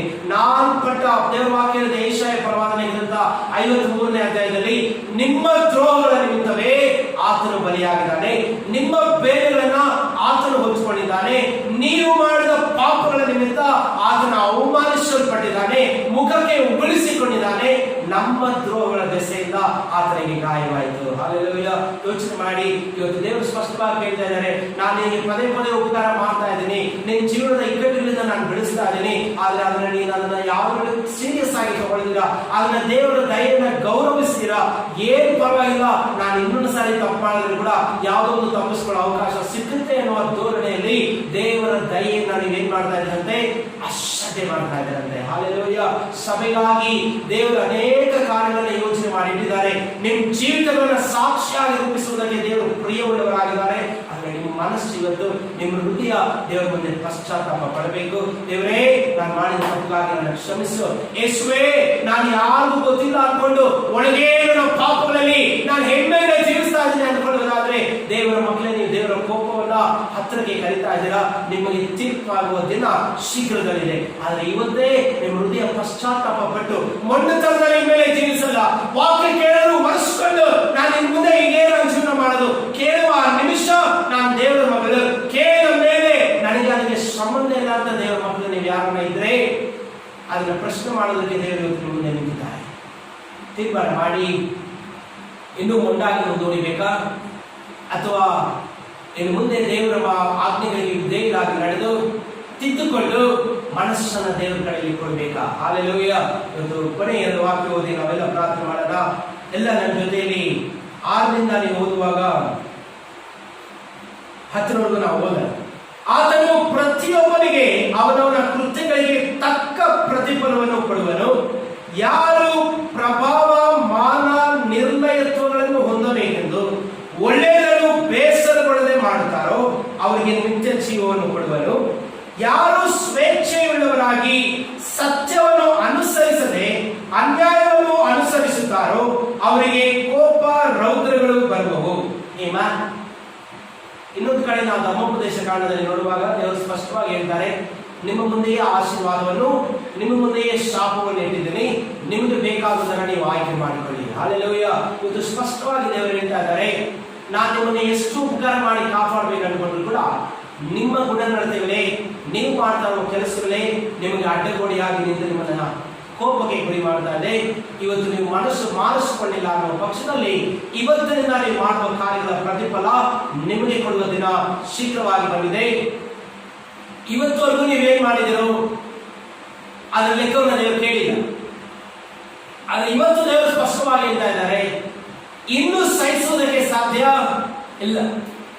ನೀವು ಆಶೀರ್ವಾದಕ್ಕೆ ಬೆಳೀಬೇಕು, ನಿಮ್ಮ ಮನೆ ವಾತಾವರಣಗಳು ಬದಲಾಗಬೇಕು, ನಿಮ್ಮ ಜೀವನ ದೇವರಿಗೆ ಸಾಕ್ಷಿ ಕೊಡುವ ಹಾಗೆ ಲೋಕಕ್ಕೆ ಬೆಳಕಾಗಿರಬೇಕು. ಹಲ್ಲೆಲೂಯಾ. ಅದನ್ನೇ ದೇವರು ಆಶೆ ಪಡುವವರಾಗಿದ್ದಾರೆ. ಅದಕ್ಕೆ ದೇವರು ಸ್ಪಷ್ಟವಾಗಿ ಹೇಳ್ತಾ ಇದ್ದಾರೆ, ನೀವು ದೇವರ ಪ್ರಭಾವ, ಮಾನ, ನಿರ್ಲಯತ್ವಗಳನ್ನು ಹೊಂದಬೇಕನ್ನುವುದಾದ್ರೆ ಬೇಸರ ಪಡೆದಿರೋ ಒಳ್ಳೆಯದನ್ನ ನೀವು ಮಾಡಬೇಕು. ನೀವು ಎಲ್ಲ ಗುಣನಡತೆಗಳಲ್ಲಿ ಒಳ್ಳೆಯದನ್ನ ಪ್ರಾರಂಭಿಸಬೇಕು. ದೇವರ ವಾಕ್ಯ ಹೇಳಿದ ಹೃದಯದಲ್ಲಿ ಏನಿದೆಯೋ ಬಾಯಲ್ಲಿ ಅದೇ ಬರುತ್ತೆ. ನೀವು ಒಳ್ಳೆ ಮಾತಾಡಬೇಕಾದ್ರೆ ಒಳ್ಳೆ ಯೋಚನೆ ಮಾಡಬೇಕು. ಒಳ್ಳೆ ಯೋಚನೆ ಮಾಡಬೇಕಾದ್ರೆ ನಿಮ್ಮ ಹೃದಯದಲ್ಲಿ ಪಶ್ಚಾತ್ತಾಪ ಬರಬೇಕು, ತಪ್ಪುಗಳನ್ನ ತಿಳ್ಕೊಳ್ಬೇಕು. ವಾಕ್ಯವನ್ನ ಹೃದಯದಲ್ಲಿ ಇಟ್ಟು ಅದನ್ನೇ ನಿಮ್ಮ ಹೃದಯದ ಹಲಿಗೆ ಮೇಲೆ ಬರೆದು ಆ ವಾಕ್ಯಕ್ಕೆ ಸರಿಯಾಗಿ ನಿಮ್ಮ ಜೀವಿತವನ್ನು ಹೊಂದಾಡಿಸಿಕೊಂಡ್ರೆ ನೀವು ಎಲ್ಲದರಲ್ಲಿ ಹೃದಯದಲ್ಲಿ ಒಳ್ಳೆ ಬೊಕ್ಕಸವಾಗದನ್ನ ನೀವು ತುಂಬಿಸಿಕೊಳ್ಳುವವರಾಗಿದ್ದೀರಾ. ಒಳ್ಳೆ ಬೊಕ್ಕಸದಿಂದ ಒಳ್ಳೆ ಮಾತು ಬರುತ್ತೆ, ಒಳ್ಳೆ ಬೊಕ್ಕಸದಿಂದ ಒಳ್ಳೆ ಆಲೋಚನೆ ಬರುತ್ತೆ. ನಿಮ್ಮ ಜೀವನ ದೇವರ ದೃಷ್ಟಿಗೆ ಒಳ್ಳೆಯದಾಗಿ ಬದಲಾಗುತ್ತೆ. ಹಲ್ಲೆಲೂಯಾ. ಅದೇ ದೇವರ ವಾಕ್ಯ ಇರುತ್ತೆ, ಕೆಟ್ಟದಾಗಿ ಎಲ್ಲ ಪದಗಳಲ್ಲಿ ಕೆಟ್ಟದ್ದು ಯಾವ್ದು ಗೊತ್ತಾ? ಒಂದೇ ಒಂದು ಪದ. ಫಸ್ಟ್ ನಾವೇನ್ ಮಾಡ್ತಾ ಇದೀವಿ, ಆತರ ನಾವೇನಾದ್ರೂ ಕಳ್ತನ ಮಾಡ್ತಾ ಇದೀವ, ನಾವು ಅಥವಾ ಏನಾದ್ರೂ ಬೇರೆಯವ್ರಿಗೆ ತೊಂದರೆ ಕೊಡ್ತಾ ಇದೀವ, ನನಗೆ ಗೊತ್ತಿಲ್ಲ. ಆದ್ರೆ ಒಂದು ಮಾತ್ರ ಪ್ರಶ್ನೆ ಮಾಡ್ಕೊಳ್ಳಿ. ಇಲ್ಲಿ ದೇವರ ವಾಕ್ಯ ಹೇಳ್ತಾ ಇದೆ, ಯಾರು ಸ್ವೇಚ್ಛೆ ಉಳ್ಳವರಾಗಿ ಸತ್ಯವನ್ನು ಅನುಸರಿಸದೆ ಅನ್ಯಾಯವನ್ನು ಅನುಸರಿಸುತ್ತಾರೋ ಅವರಿಗೆ ಕೋಪ ರೌದ್ರಗಳು ಬರಬೇಕು. ಎರಡೇ ವಿಚಾರ ಇದೆ. ಒಂದು ದೇವರನ್ನ ಹಿಂಬಾಲಿಸೋದು, ಒಂದು ನಮಗೆ ಇಷ್ಟ ಬಂದಾಗ ವಾಕ್ಯ ಏನ್ ಹೇಳುತ್ತೋ ಈ ಸತ್ಯವನ್ನ ತಿಳ್ಕೊಂಡು ಪ್ರತಿನಿತ್ಯ ನಾನು ಮಾಡ್ತಾ ಇರೋದು ಸರಿಯಾ ತಪ್ಪ, ನಾನು ಏನ್ ಮಾಡಬೇಕು, ನನಗೆ ದೇವರು ಹೇಳೋ ಕಾರ್ಯ ಏನಂತ ಚಿಕ್ಕ ಚಿಕ್ಕದಾದ ನಿಮ್ಮ ಕಾರ್ಯಗಳನ್ನು ತೆಗೆದು ಪ್ರತಿಯೊಂದು ಕಾರ್ಯದಲ್ಲಿ ಸತ್ಯವನ್ನ ನೀವು ಅನುಸರಿಸೋರಾಗಿದ್ರೆ, ವಾಕ್ಯ ಕರೆಕ್ಟ್ ಆಗಿ ನಿಮ್ಮ ಜೀವನದಲ್ಲಿ ಪಾಲನೆಗೆ ಬರುವುದಾದ್ರೆ ನೀವು ದೇವರಿಗೆ ಪ್ರಿಯವರು. ಆ ವಾಕ್ಯವನ್ನ ಆಶ್ರಯ ಮಾಡಿ, ನಿಮಗೆ ಗೊತ್ತು ನೀವು ಮಾಡ್ತಾ ಇರೋದು ತಪ್ಪಲ್ಲ, ಆದ್ರೂ ನಿಮ್ಮ ಮನಸ್ಸನ್ನ ಸ್ವೇಚ್ಛೆಯನ್ನು ಅಂದ್ರೆ ನಿಮ್ಮ ಸ್ವಂತ ಮನಸ್ಸಿನ ಅಭಿಪ್ರಾಯವನ್ನೇ ಗೌರವಿಸಿ ನಿಮಗೆ ಇಷ್ಟ ಬಂದಾಗ ನೀವು ಜೀವಿಸುವವರಾದ್ರೆ ಖಂಡಿತವಾಗಲೂ ಅವರು ದೇವರ ಕೋಪಕ್ಕೆ ಗುರಿಯಾಗುವವರಾಗಿದ್ದೀರಿ. ಇವತ್ತು ಯೋಚನೆ ಮಾಡಿ, ನಿಮಗೆ ಬೇಕಾದ ಹಾಗೆ ನಡೀತೀರಾ, ವಾಕ್ಯಕ್ಕೆ ವಿಧೇಯವಾಗಿ ನಡೀತೀರಾ? ಎರಡರಲ್ಲಿ ಒಂದನ್ನ ನೀವು ಆಯ್ಕೆ ಮಾಡಬೇಕು. ವಾಕ್ಯಕ್ಕೆ ವಿಧೇಯವಾಗಿ ನಡೆದ್ರೆ ನೀವು ಒಳ್ಳೆಯವರು, ಒಳ್ಳೆಯದಕ್ಕೆ ಪಾತ್ರ. ನೀವು ಸ್ವೇಚ್ಛಾಗಿ ಸತ್ಯವನ್ನ ಅನುಸರಿಸದೆ ಇಷ್ಟವನ್ನ ಅನುಸರಿಸಿ ಮುಂದಕ್ಕೆ ಹೋಗೋದಾದ್ರೆ ಆಗ ನೀವು ಕೋಪಕ್ಕೆ ದೇವರ ಕೋಪವಾದ ದಿನಗಳಿಗೆ ಹತ್ತಿರವಾಗ್ತಾ ಇದ್ದೀರಾ. ಅದು ನಿಮ್ಮ ಸ್ವಂತ ಜವಾಬ್ದಾರಿ. ಹಲ್ಲೆಲೂಯಾ. ಈಗ ನಾವು ಕೊನೆಯ ವಾಕ್ಯ ನೋಡೋಣ. ಪ್ರತಿಯೊಬ್ಬ ನರಪ್ರಾಣಿಗೆ ಇಲ್ಲಿ ದೇವರ ವಾಕ್ಯ ಹೇಳಿದ್ದಾರೆ,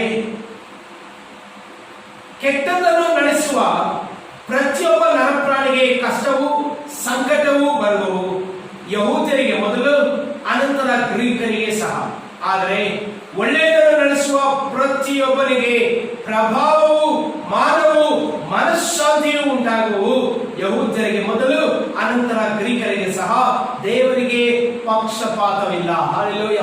ಹೇಳಿ, ದೇವರಿಗೆ ನಾನು ಸ್ವಂತ ಮಗ, ನೀನು ದೊಡ್ಡಪ್ಪನ ಮಗ, ನೀನು ಪಕ್ಕದ ಮನೆಯವನು, ನೀನು ನೆನ್ನೆ ದೀಕ್ಷಾ ಸ್ನಾನ ತಗೊಂಡಿರುವನು, ನೀನು ಇವತ್ತೇ ಚರ್ಚಿಗೆ ಬಂದಿರುವನು, ಇವನು 10 ವರ್ಷದಿಂದ ಇರುವನು, ಯಾವ ವ್ಯತ್ಯಾಸವೂ ಇಲ್ಲ.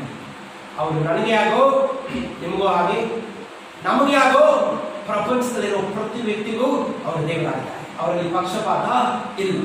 ದೇವರು ಸ್ಪಷ್ಟವಾಗಿ ಹೇಳ್ತಾ ಇದ್ದಾರೆ, ನೀವು ಒಳ್ಳೆಯದನ್ನು ಮಾಡಬೇಕನ್ನುವ ಒಂದು ತೀರ್ಮಾನ ಇವತ್ತು ತಗೊಂಡು ದೇವರ ಸತ್ಯಕ್ಕೆ ಗೌರವ ಕೊಡುವವರಾಗಿ, ದೇವರು ಕ್ಷಮಿಸ್ತಾನೆ ಅಂತ ನಾನು ಯಾವುದನ್ನಾಗಿ ನಡ್ಕೊಳ್ಬಾರ್ದು, ಖಂಡಿತ ಅವರ ಕೋಪಕ್ಕೆ ಗುರಿಯಾಗಿರ್ತೀನಿ.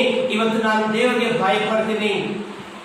ನನ್ನ ಮನಸ್ಸನ್ನ ಶೋಧಿಸಿಕೊಂಡು ದೇವರು ಮಾಡೋ ಉಪಕಾರವನ್ನು ನೆನಪು ಮಾಡಿಕೊಂಡು, ಹೌದು ಈ ಶಿಕ್ಷೆ ನನಗೆ ಸುಮ್ಮನೆ ಬರಲಿಲ್ಲ, ಈ ಅನಾರೋಗ್ಯ ನನಗೆ ಸುಮ್ಮನೆ ಬರಲಿಲ್ಲ, ಈ ಸಾಲ ಸುಮ್ಮನೆ ಆಗಲಿಲ್ಲ, ಈ ಇಕ್ಕಟ್ಟು ಸುಮ್ಮನೆ ಆಗಲಿಲ್ಲ, ನನ್ನ ತಪ್ಪಿಂದನೇ ಇವತ್ತು ನಾನು ಸಾಲದಲ್ಲಿದ್ದೇನೆ, ನನ್ನ ಅಪರಾಧದಲ್ಲೇ ನನ್ನ ಮನೆ ಈ ಸ್ಥಿತಿಗೆ ಬಂದಿದೆ.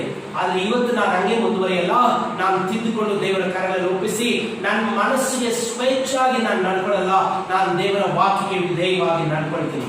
ಯೋಚನೆ ಮಾಡಿ, ನಾನು ಎಷ್ಟೋ ಪ್ರಯತ್ನ ಮಾಡ್ತಾ ಇದ್ದೀನಿ ಅಷ್ಟೇ, ದೇವ್ರು ಯಾಕೋ ನನ್ನ ಸಾಲ ತೆರೆಗೆ ದಾರಿನೇ ತೋರಿಸಲಿಲ್ಲ.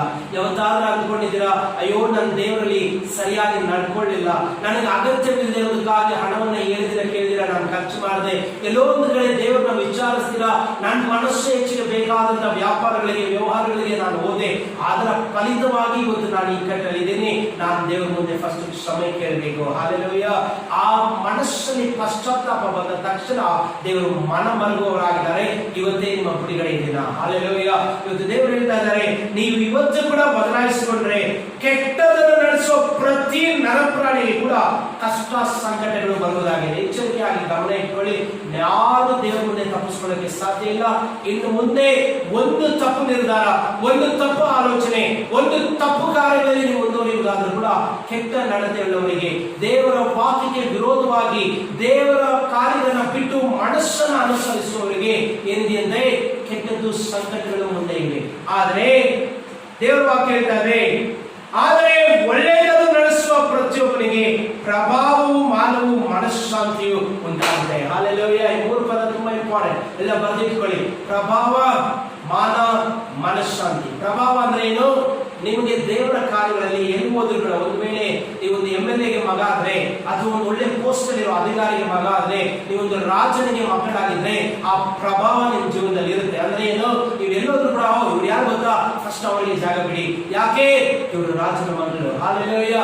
ನೀವು ಎಲ್ಲಿ ಹೋದ್ರೆ ಕೂಡ ಇವರಿಗೆ ಫಸ್ಟ್ ಆದ್ಯತೆ ಕೊಡಿ, ಯಾಕೆ ಇವ್ರಿಗೊಂದು ಪ್ರಭಾವ ಇದೆ. ದೇವರ ವಾಕ್ಯ ಹೇಳ್ತಾ ಇದೆ, ಅವರ ಪ್ರಭಾವದಿಂದ ನಿಮ್ಮ ಜೀವನದಲ್ಲಿ ನೀವು ಪ್ರಭಾವಿ ವ್ಯಕ್ತಿಗಳಾಗಿ, ಒಂದು ಒಳ್ಳೆ ವಿವೇಕಿಗಳಾಗಿ, ಒಂದು ಉನ್ನತವಾದ ದೇವರ ದೃಷ್ಟಿಯಲ್ಲಿ ಅಮೂಲ್ಯರಾಗಿ, ಲೋಕದಲ್ಲಿ ಗೌರವ, ಮಾನ, ಬೆಲೆ, ಎಲ್ಲ ವಿಧವಾದ ಮರ್ಯಾದೆಗಳಿಗೆ ಯೋಗ್ಯರಾಗಿ ದೇವರು ನಿಮ್ಮನ್ನ ಉನ್ನತ ಸ್ಥಿತಿಗೆ ತರುವವರಾಗಿದ್ದಾರೆ. ಅವರ ಪ್ರಭಾವವನ್ನ ದೇವರು ನಮ್ಮ ಜೀವನದಲ್ಲಿ ಬರಮಾಡುವ ಮುಖಾಂತರ ನಮ್ಮನ್ನ ಪ್ರಭಾವದಲ್ಲಿ ಉನ್ನತ ವ್ಯಕ್ತಿಗಳಾಗಿ ದೇವರು ರೂಪಿಸುವುದಕ್ಕೆ ಆಶೆಪಡ್ತಾ ಇದ್ದಾರೆ. ನಮಗೆ ಮಾನವನ ತರುವವರಾಗಿದ್ದಾರೆ.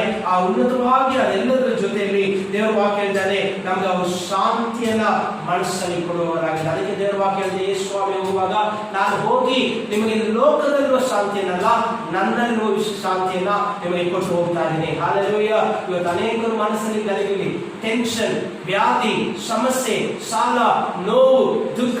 ಅವ್ರು ಏನ್ ಮಾಡ್ತಾರೆ, ಇವ್ರು ಏನ್ ಮಾಡ್ತಾರೆ, ಮನೆಗಳಲ್ಲಿ ಸಮಾಧಾನ ಇಲ್ಲ, ಸಂಬಂಧಗಳಲ್ಲಿ ಜಗಳಗಳು, ಬೆಳಗ್ಗೆ ಎದ್ದೇಳುವಾಗಲೇ ಜಗಳದಲ್ಲಿ ಪ್ರಾರಂಭ, ರಾತ್ರಿ ಮಲಗುವಾಗ ಜಗಳದಲ್ಲೇ ಮಲಗುತ್ತಾ ಇದ್ದೀವಿ, ಆಚೆ ಹೋಗುವಾಗ ಜಗಳ, ಒಳಗೆ ಬರುವಾಗ ಜಗಳ, ಎಲ್ಲ ಕಡೆ ಗಲಿಬಿಲಿ, ಟೆನ್ಷನ್. ಎಲ್ಲಿ ಹೋದ್ರು ಕೂಡ ಅಯ್ಯೋ ಅವ್ರು ಬಂದ್ರೆ ಅವ್ರ ಎದುರುಗಸ ಹೋಗ್ಬಿಟ್ರೆ ಎಲ್ಲಿ ಇಟ್ಕೊಂಡ್ಬಿಡ್ತಾರೋ, ಇಲ್ಲಿ ಹೋದ್ರೆ ನಮ್ಮನ್ನ ಏನಂತಾರೋ.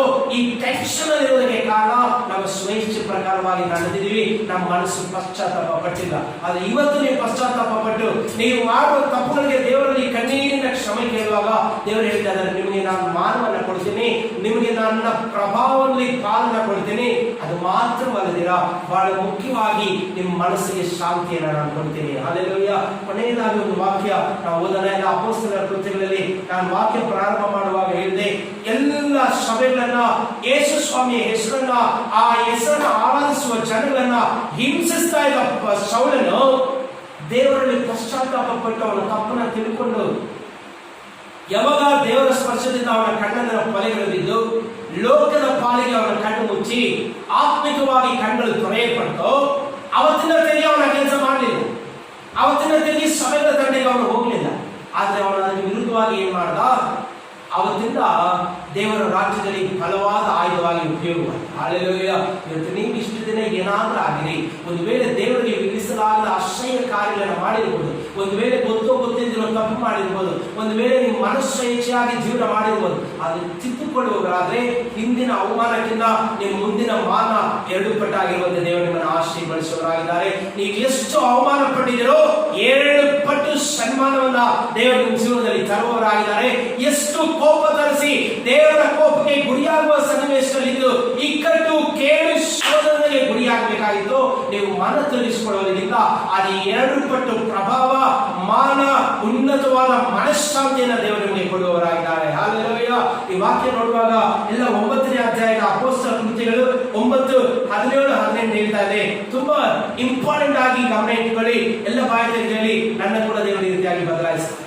ಎಲ್ಲ ಬಾಯಿ ತಂದು ಹೇಳಿ, ನಾನು ಹಳೆಯದವರಾಗಿ ಇರೋದಿಲ್ಲ, ನಾನು ಸೌಲಾಗಿ ಹಿಂದೆ ಇದ್ದೆ, ಪೌಲಾಗಿ ಯೇಸುವನ್ನು ಬದಲಾಯಿಸ್ತಾರೆ. ಹಾಲೆಲೂಯಾ. ಯೇಸುವನ್ನು ಬದಲಾಯಿಸಿಕೊಳ್ಳಕ್ಕೆ ರೆಡಿ. ಎಲ್ಲಿ ಬಾಯಿ ತೆಗೆದು, ಇನ್ಮೇಲೆ ನನಗೆ ಎಲೆಡಿಕೆ ಬೇಡ, ಇನ್ಮೇಲೆ ನನಗೆ ಸಿಗರೇಟ್ ಬೇಡ, ಇನ್ಮೇಲೆ ಎಲ್ಲಿ ಸಿಕ್ಕಿದ್ರಲ್ಲಿ ಸಾಲ ಮಾಡೋದು ಬೇಡ, ಇನ್ನು ಮೇಲೆ ನನ್ನ ಮೈಲಿ ಕೆಟ್ಟ ಮಾತುಗಳು ಬೇಡ, ನಾನು ಹಳೆ ಸೌಲನ್ನ ಹೊಸ ಪೌಲಾಗಿ ಯೇಸುವನ್ನು ಬದಲಾಯಿಸ್ತಾರೆ. ಹಾಲೆಲೂಯಾ. ಆಮೆನ್. ಒಂದೇ ಒಂದು ಶಾರ್ಟ್ ಕಟ್ ಅಲ್ಲಿ ಯೇಸು ಜೀವನವನ್ನು ಯಾರು ಬದಲಾಯಿಸಿದ್ರೆ ಎಲ್ಲ ನನ್ನ ಜೊತೆ ಓದಿ. 19ನೇ ಅಧ್ಯಾಯ 11ನೇ ವಾಕ್ಯವನ್ನು ನಾವು ಓದೋಣ. ಎಲ್ಲ ಅಪೊಸ್ತಲರ ಕೃತ್ಯಗಳು 19ನೇ ಅಧ್ಯಾಯ 11ನೇ ವಾಕ್ಯವನ್ನು ನಾವು ಓದೋಣ. ಪೌಲು ಸೌಲನಾಗಿದ್ದಷ್ಟು ದಿವಸ ಸಭೆಗಳನ್ನ ಹಿಂಸಿಸ್ತಾ ಇದ್ದ ವ್ಯಕ್ತಿ ಈಗ ಅವನನ್ನು ಎಷ್ಟು ಮಟ್ಟಿಗೆ ದೇವರು ಬದಲಾಯಿಸಿದ್ದಾರೆ ಅಂತ ವಾಕ್ಯ ಹೇಳುತ್ತೆ. ದೇವರು ಪೌಲನ ಕೈಯಿಂದ ವಿಶೇಷವಾದ ಮಹತ್ಕಾರ್ಯಗಳನ್ನು ನಡೆಸುತ್ತಾ ಇದ್ದದರಿಂದ ಜನರು ಅವನ ಮೈಮೇಲಿನಿಂದ ಕೈವಸ್ತ್ರಗಳನ್ನು ಉಡಿವಸ್ತ್ರಗಳನ್ನು ತಂದು ರೋಗಿಗಳ ಮೇಲೆ ಹಾಕಲು ಅವರವರ ರೋಗಗಳು ವಾಸಿಯಾದವು, ದೆವ್ವಗಳು ಬಿಟ್ಟು ಹೋದವು. ದೆವ್ವ ಬಿಡಿಸುವವರು ಎನಿಸಿಕೊಂಡ ದೇಶ ಸಂಚಾರಿಗಳಾದ ಯಹೂದ್ಯರಿದ್ದರು. ಅವರಲ್ಲಿ ಕೆಲವರು ದೆವ್ವ ಹಿಡಿದವರ ಮೇಲೆ ಪೌಲನು ಸಾರುವ ಯೇಸುವಿನ ಆಣೆ ಎಂದು ಹೇಳಿ ಕರ್ತನಾದ ಯೇಸುವಿನ ಹೆಸರನ್ನು ಪ್ರಯೋಗ ಮಾಡುವುದಕ್ಕೆ ತೊಡಗಿದರು. ಹಲ್ಲೆಲೂಯಾ. ಹಾಗಾಗಿ ಇಷ್ಟು ದಿನ ಏನು ಪ್ರಯೋಜನಕ್ಕೆ ಬಂದಿರಾ? ಸಭೆಗಳನ್ನು ಒಳ್ಳೆಯವರನ್ನು ಕೂಡ ಹಿಂಸಿಸ್ತಾ ಇದ್ದ ಕೆಟ್ಟ ವ್ಯಕ್ತಿ ದೇವರ ಒಂದೇ ಒಂದು ಸ್ಪರ್ಶದಿಂದ ಇಲ್ಲಿ ಇವನು ಮಾತ್ರ ಅಲ್ಲ, ಇನ್ನು ಸುತ್ತ ಇರೋ ಜನ ನೋಡಿ, ಒಬ್ಬೊಬ್ಬರಿಗೆ ಪ್ರೇಯರ್ ಮಾಡ್ತಾ ಇದ್ರೆ ಇನ್ನು ಎಷ್ಟು ದಿನ ಆಗ್ಬೋದು? ಸಾವಿರ ಜನ ಅಲ್ಲಿದ್ದಾರೆ. ಅಪೊಸ್ತಲನಾದ ಪೌಲ ಕೈಯಲ್ಲಿ ಯಾರು ಅದ್ಭುತ ಮಾಡಿಸ್ತಾ ಇದ್ದು? ದೇವರು. ದೇವರ ವಾಕ್ಯದಲ್ಲಿ ದೇವರು ಪೌಲನ ಕೈಯಿಂದ ವಿಶೇಷವಾದ ಮಹತ್ ಕಾರ್ಯಗಳನ್ನು ನಡೆಸುತ್ತಾ ಇದ್ದರಿಂದ ಇವತ್ತು ಸಭೆಯಲ್ಲಿ ಯಾರು ಅದ್ಭುತ ಮಾಡ್ತಾ ಇರೋದು? ಯೇಸು. ನಮ್ಮ ಕೈಯಲ್ಲಿ ಅದ್ಭುತ ಮಾಡಿಸೋದು ಯಾರು? ಯೇಸು. ಇವತ್ತು ನೀವು ಕೂಡ ದೇವರ ಸಮ್ಮುಖದಲ್ಲಿ ನಂಬಿಕೆಯಿಂದ ದೇವರಿಗೆ ನಿಮ್ಮ ಜೀವಿತಗಳನ್ನು ಒಪ್ಪಿಸಿಕೊಂಡು ಗುಣನಡತೆಗಳಲ್ಲಿ ತಿದ್ದುಕೊಂಡು ಹಳೆಯ ಪಾಲಿಗೆ ಸೌಲನಾಗಿ ಸತ್ತು ಪೌಲನಾಗಿ ಜೀವಿಸುವುದಕ್ಕೆ ಒಪ್ಪಿಸಿಕೊಳ್ಳುವುದಾದ್ರೆ, ನಿಮ್ಮ ಹಳೆಯ ಹೆಸರನ್ನ ಬದಲಾಯಿಸಿಕೊಂಡು ಹೊಸ ಜೀವಿತಕ್ಕೆ ನಿಮ್ಮನ್ನ ಕೊಡುವುದಾದ್ರೆ, ಪೌಲನ ಕೈಯಲ್ಲಿ ಮಾಡಿಸಿದ ಕಾರ್ಯಗಳನ್ನ ನಿಮ್ಮ ಕೈಯಲ್ಲಿ ಮಾಡಿಸುವುದು ಕೂಡ ದೇವರು ಶಕ್ತರಾಗಿದ್ದಾರೆ. ಹಲ್ಲೆಲೂಯಾ. ಈ ವಾಕ್ಯದಲ್ಲಿ ಅವನ ಕೈಯಲ್ಲಿ ಅದ್ಭುತಗಳು ನಡೀತಾ ಇದ್ರು ಕೂಡ ಜನ ಜಾಸ್ತಿ ಇದ್ದಿದ್ದರಿಂದ ಅಲ್ಲಿದ್ದಂಥವ್ರು ಏನ್ ಮಾಡ್ತಾ ಇದ್ರಂತೆ, ಅಲ್ಲಿ ಇದ್ದಂತಹ ಜನರು ಅವನ ಮೈ ಮೇಲಿನ ಕರವಸ್ತ್ರಗಳಂದ್ರೆ ಕರ್ಚೀಫನ್ನ ತಗೊಂಡು ಅವ್ರು ಬರುವಷ್ಟು ಟೈಮ್ ಇಲ್ಲ, ಇಷ್ಟು ಜನ ಇದ್ದಾರೆ ಅಂತ ಆ ಬೆವರು ತಗೊಂಡೋಗಿ ಕರವಸ್ತ್ರಗಳಲ್ಲಿ ಏನಾದ್ರೂ ಆ ವ್ಯಕ್ತಿಗಳಿಗೆ ತಗಲಿಸಿದ್ರೆ ರೋಗದಲ್ಲಿ ಮಗಿರೋನು ಎದ್ದು ಆರಾಮಾಗಿ ಮನೆಗೆ ಹೋಗ್ತಾ ಇದ್ದಾನೆ, ದೆವ್ವಗಳು ಅರಸ್ತಿಕದೆ ಬಿಟ್ಟು ಆಚೆ ಓಡ್ತಾ ಇದೆ. ದೇವರ ಶಕ್ತಿ ಅದ್ಭುತವಾಗಿ ಕಾರ್ಯ ಮಾಡ್ತಾ ಇದೆ. ಹಲ್ಲೆಲೂಯಾ. ಯಾರಾದ್ರೂ ನಮ್ಮನ್ನು ಕೂಡ ದೇವರ ಆ ರೀತಿ ಉಪಯೋಗಿಸಬೇಕನ್ನ ಆಸೆ ನೋಡಿದ್ರೆ ಚೆನ್ನಾಗಿ ಕೈಗಳನ್ನು ತಟ್ಟಿ ಯೇಸು ಹತ್ರ ಹೇಳಿ, ಅಪ್ಪ ನಾನು ಪಶ್ಚಾತ್ತಾಪದಿಂದ ಇವತ್ತು ಕಣ್ಣೀರು ಇಡ್ತೀನಿ. ಹೌದು, ನಾನು ತಪ್ಪು ಪಾಪಗಳಲ್ಲಿ ಜೀವಿಸಿದ್ದೀನಿ, ಆದ್ರೆ ಇವತ್ತು ನನ್ನ ಜೀವನ ಇನ್ನು ಮುಂದೆ ಆಗಿರೋದಕ್ಕೆ ನನಗೆ ಇಷ್ಟ ಇಲ್ಲ. ನಾನು ತಿದ್ದುಕೊಳ್ತೀನಿ, ನನ್ನ ಬದಲಾಯಿಸಿಕೊಳ್ಬೇಕು, ನನ್ನ ಮನಸ್ಸಲ್ಲಿ ಪರಿಪೂರ್ಣವಾದ ಒಂದು ಪರಿವರ್ತನೆ ಬರಬೇಕಂತ ನಾನು ಒಪ್ಪಿಸಿಕೊಳ್ಳೋದಕ್ಕೆ ಸಿದ್ಧವಾಗಿದ್ದೀನಿ. ಸೌಲನ ಪೌಲವಾಗಿ ಬದಲಾಯಿಸಿದ ದೇವರು ಇವತ್ತು ನನ್ನ ಕೂಡ ಬದಲಾಯಿಸಪ್ಪ. ನನ್ನ ಜೀವನ ಅನೇಕರಿಗೆ ಆಶೀರ್ವಾದವಾಗಬೇಕು, ನನ್ನ ಕೈ ನಿನಗಾಗಿ ಉಪಯೋಗವಾಗಬೇಕು. ಇವತ್ತು ನನ್ನ ಜೀವನದಲ್ಲಿ ನಾನು ಅದ್ಭುತವನ್ನ ಪಡ್ಕೊಳ್ಳೋದು ಮಾತ್ರ ಅಲ್ಲ, ಯೇಸು ಕ್ರಿಸ್ತುವಿನ ನಾಮದಲ್ಲಿ ನೀವು ನನ್ನನ್ನು ಅದ್ಭುತವಾಗಿ ಲೋಕದಲ್ಲಿ ಉಪಯೋಗಿಸುವುದಕ್ಕೆ ನನ್ನ ಒಂದು ಸಾಧನವಾಗಿ ನೀವು ಮಾಡಿಸಬೇಕು. ನನ್ನ ಆಶೀರ್ವದಿಸಿ. ಇವತ್ತು ನಮ್ಮ ಮೆಸೇಜ್ನಲ್ಲಿ ನಿಮಗೆ ಒಂದು ಒಳ್ಳೆ ಟಾಪಿಕ್ ಲಾಸ್ಟ್ ಅಲ್ಲಿ ಏನು ಕೇಳಿ, you should not be a person to receive the miracle, but you should be an instrument for others to receive the miracle in the hand of Jesus Christ. Hallelujah. ಹೇಳಿ, ನನಗೆ ಅದ್ಭುತ ಮಾತ್ರ ಸಾಲದು, ಅದ್ಭುತ ನಡೆಸುವ ಸಾಧನವಾಗಿ ದೇವರು ನನ್ನನ್ನು ಅವರ ಕೈಯಲ್ಲಿ ಉಪಯೋಗಿಸಬೇಕು. Hallelujah. Amen. ನೀವೇ ದೇವರ ಕೈಯಲ್ಲಿನ ಅದ್ಭುತ ಸಾಧನ.